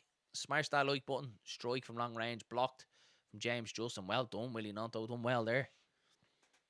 Joe Pereira, what a touch. I have to give it to him there. I do give him a lot of stick about his hold-up play and his layoffs, but he done well there to Willie Nonto. I'd love to be them, Marsh said. Yeah, I'd love if we beat them. Now, some Saudi manager is taking over Newcastle. Is he? Yeah, I haven't seen that. I just obviously heard Howe was sacked or left or, yeah, was leaving Newcastle anyway today. I don't think it was a surprise because I did say it last week. We were having a chat and work with the lads, and the amount of players Newcastle were selling and they're pass on Purdue. Pro can't really get a tournament to go back. The amount of players that Newcastle have been selling and obviously not bringing much in and losing out on a few. I was like, I wouldn't be surprised to see Eddie Howe go, like walk away or be sacked. Chance here for DJ Strike. Oh, Dan James, you have to score there. That was a good opportunity for Dan James. He has into the corner. It's 2-0 Leeds. He just smashed it straight at him. Have a look. That was a nice little play around the edge of the 18-yard box from Leeds. Joe Pereira laid off Dan James. And he just strikes it straight down the throat of the keeper. Hits the keeper in the chest. Either side of the goalkeeper, it's 2-0 Leeds. I think DJ should be doing a little bit better there, if I'm honest.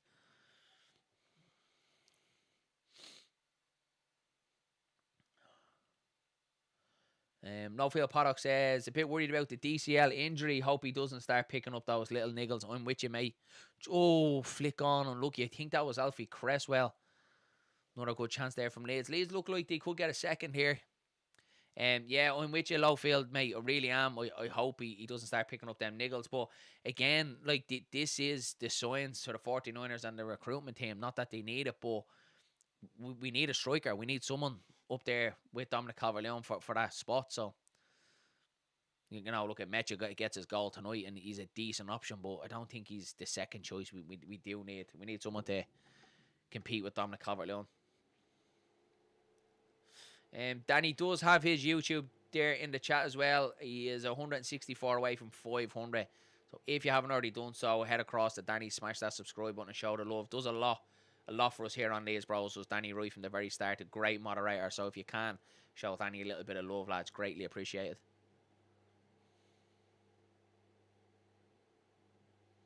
Well done, Ampadu.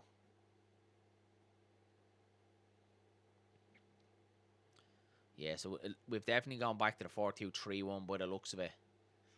The second half. Here come Sunderland. Maharmovic forcing them away. Get it out. Header into the Cairns man of the match. Yeah. He hasn't been in trouble at all tonight, Alex Cairns. But being solid in there in regards to his feet. Lots of lads saying DCL going to Brighton. How long is his contract for? You put me on the spot. I don't know how long his contract. Did he sign a 3-year contract? I think Calvert-Lewin signed a 3-year contract last summer, so he obviously would have 2 left. The Brighton one was just rumours that was made up of, from what we hear. It hasn't came from anybody credible. To be fair, mate, we just have to wait and see. Look, I suppose it's an easy link to put together with Welbeck leaving, going to Chelsea. Brighton obviously need a striker, and they're saying, Calvert-Lewin to go there. I think it's probably a little bit foolish of Calvert-Lewin because he's obviously came to Leeds. He's got his career back on track. He obviously got called back up for England. Could have already made a World Cup squad. I think if you're Dominic Calvert-Lewin, you're back in Yorkshire, you're where you're from, it just makes sense to stay at Leeds for me this season. But look at it. I don't think he goes anywhere. I don't think the 49ers will listen to, unless it's something stupid. Obviously, we picked them up for free, didn't we, last summer? So if they come in with a ridiculous offer for Calvert-Lewin, they probably couldn't turn it down. But I think getting less than a ridiculous offer, I don't think Calvert-Lewin goes anywhere. Danny says it was Darren's first ever sub. Still remember his first live. Yeah, we've came a long way, Danny, since then, haven't we? A long way since then, yeah. Don't see him going to Brighton. He seems happy at Leeds. Yeah, mate. I don't think it makes sense. I don't think it makes sense for him to go to Leeds or to go to Brighton to leave Leeds. He's done well. He's got his career back on track. chance here for Sunderland. Leeds got back in numbers there, to be fair. Looks like that might have been a bit of a counter-attack on there, but Leeds did well getting back in behind. Away. Well done, Maharmovic. He's man of the match tonight, isn't he? Tariq Maharmovic for me. Looks like he's going to get the 90 minutes as well with 9 minutes left to go. But for me, Maharmovic has been man of the match tonight. Dapper says DCL is staying at Leeds. I think he is as well, mate. If Brighton offer 25, 30 million, I'd take it. I think the 49ers probably would, mate. I think they probably would take it, Danny. Then you got to go get yourself 2 decent strikers then, don't you? They'd look at it, we got them on the free, and if we could bank 30 million. It's a business, isn't it? As fans, we don't want to see that, but it's the reality, isn't it, of football, isn't it? Just don't concede now, Leeds. Don't concede. It'll be a sucker punch if Leeds concede here. Go on, DJ. Go at him. God, DJ, he was gone, man. He's just not sharp, Dan James, there, is he? Like, he had Willie Nanto ahead of him. He had a run, I think it was young Reece Chadwick as well. And he just decided to cut back inside.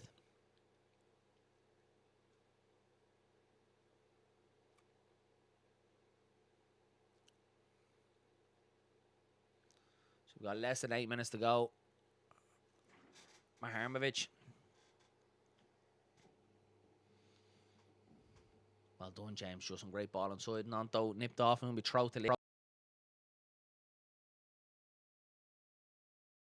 Nanto is limping there a little bit. Down to the corner. I think he might have got a little tread there on the toes.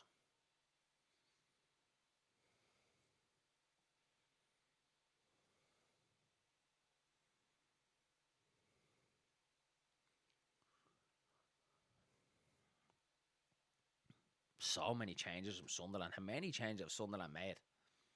It must be more than 11 now, is it? A little bit heavy for Peru. Comes back.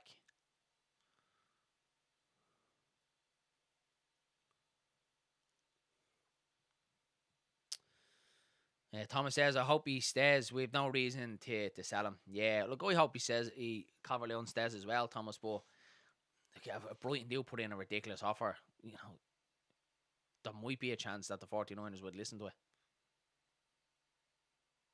Oh, chance here for Sunderland. Leeds need to get back in. Skip past Maharmovic there. Oh, he's inside line now. Don't concede, Leeds. Away.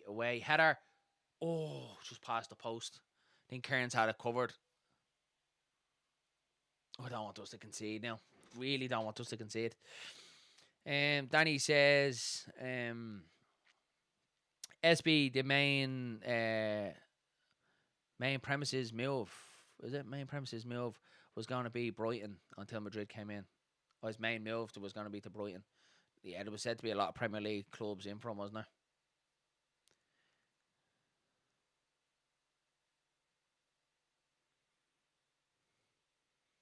Up to Pirro trying to get the flick on to Chadwick. Is a free there.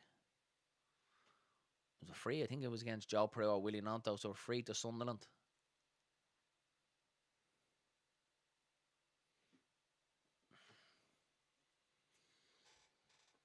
Coffee's gone. Starting to wear off. I actually might fall asleep during this match reaction. If you're interested, I'm going to record the match reaction directly after the game. I won't post it tonight. I'll get it edited and then I'll schedule it down for probably 8:30, 9 o'clock in the morning then for you guys. So if you just want to check that out in the morning, that will be there.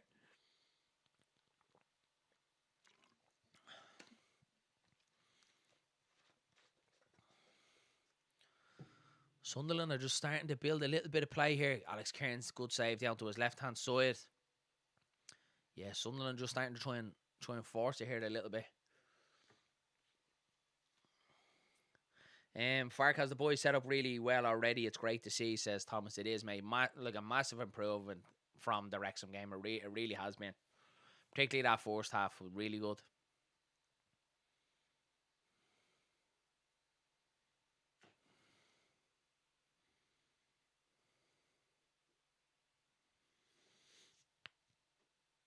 Less than 5 minutes left to go.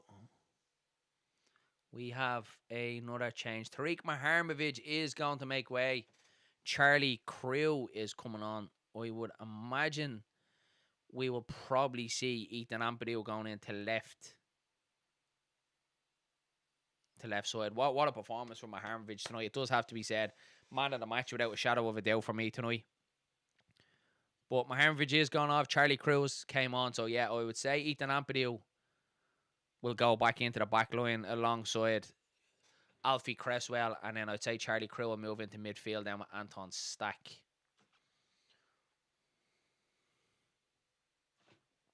Chadwick. Well done, Chadwick. Good ball, Joe Perew. Get up and support him, DJ. Good ball, DJ. Oh, cleared away. Unlucky. Go on, go on. Chance here for Leeds. Oh, heavy touch from Joe Perew.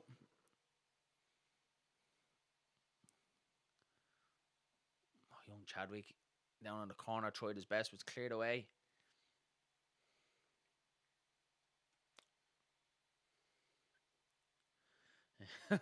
Michael says, never upset the wife coming home from the pub. Has come home early in the morning. Yeah. The key to happiness is never upset the wife. Happy wife, happy life. Isn't that the saying? Cairns #1 for next season. Who needs Trafford? Yeah. Save the 45 million. Go get a striker. Alex Cairns #1. He's been lucky. He hasn't had much to do. He's been good with his feet tonight. A lot better than what he was against Wrexham. A lot of them have been a massive step up from the Wrexham game.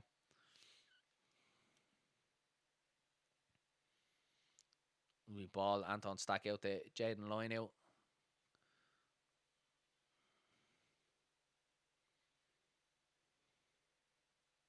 Go on.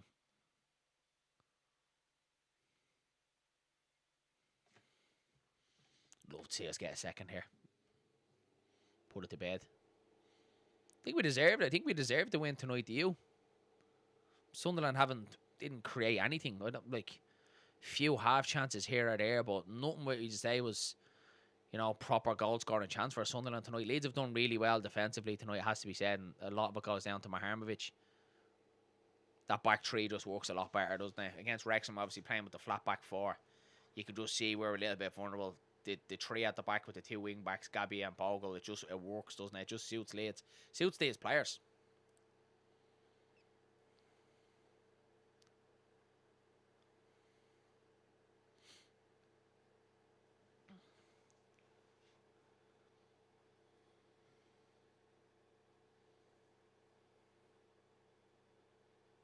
Well done, Nanto does well there. So we've got less than a minute to go. I can't see too much at a time on this one. We've had a lot of subs maybe, but I don't know if they're going to put a lot on it. Nanto. Good ball from Nanto out to James Justin. Oh, a bit of heavy touch from James Justin. He loses out. Here comes Sunderland. Oh, there's no one picking him up in midfield. Long range strike deflected off Ampadu. It's going to be a corner to Sunderland here. An hour extra added time. Yeah, probably, Danny. Well, to be fair, I'm probably still going to be up for another probably 2 hours anyway. By the time I get this recorded and edited and uploaded, I'd say it'd be about 4 o'clock, 3:30, 4 o'clock, I'd say. Yeah, 4 o'clock, I'd say, by the time I get into bed. See an old Bosnian flag there in the crowd. So Bosnians are really coming on board, aren't they? Supporting Tariq and Leeds. Class to see. Get it out. Don't concede now, Leeds. Goal kick. No, it's going to be another corner to Sunderland.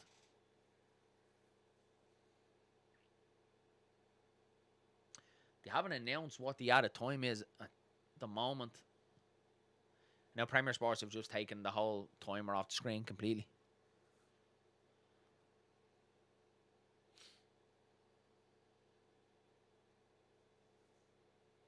Where's the timer gone? Get it out. Alone into the hands of Alex Cairns. That is it. Final whistle is gone. So look like, no added time at all. So Leeds United have won 1-0 against Sunderland. Much improved performance in what we've seen against Sunderland. Let me pause that timer and we'll get into it. Get your thoughts there in the comment section, guys. We'll stay on for a couple of more minutes and we'll dissect it. Rick says here, did I miss the halftime show with Madonna, Fat Ronaldo, and Gary Kelly? Yeah, you missed that, mate. You missed that. Darren, give my little man Sam a big hug. I will indeed, mate. I heard Viduka is going to Chelsea. I wouldn't be surprised, mate. Yeah, the game itself, much improved performance from Leeds United than what it was. Leeds United, I think that's, proved at the Daniel Fark tonight. We obviously played with the flat back four against Wrexham. It didn't work. We conceded within the first 30 seconds. You could see Leeds were a lot better set up there tonight. We obviously get the goal, really good goal from Lucas Meche. Good interception from El Tanaka and a long range shot from Lucas Meche in off the post. Other than that, if we're going to be brutally honest with ourselves, there wasn't really much created from Leeds and the Sunderland era, to be fair, but it was a much better, much more improved performance from Leeds United. Get your passports ready. But yeah, look at the standout for me without a shadow of a doubt. And let me know your thoughts was Tariq Maharmovic tonight. I thought he was absolutely brilliant. We've got ourselves an absolute gem in Tariq Maharmovic. His reading of the game, the pass and some of the tackles he put in was absolutely sensational. So for me, definitely man of the match tonight. And again, you got to look at young Callum Mills who showed again quality again tonight and could be forcing Daniel Farke's hand a little bit. That's good to see. But yeah, I think the main take from that tonight is the three at the back just works. Joe Rodon was a lot better. Jaden Bogle looked a lot more like himself.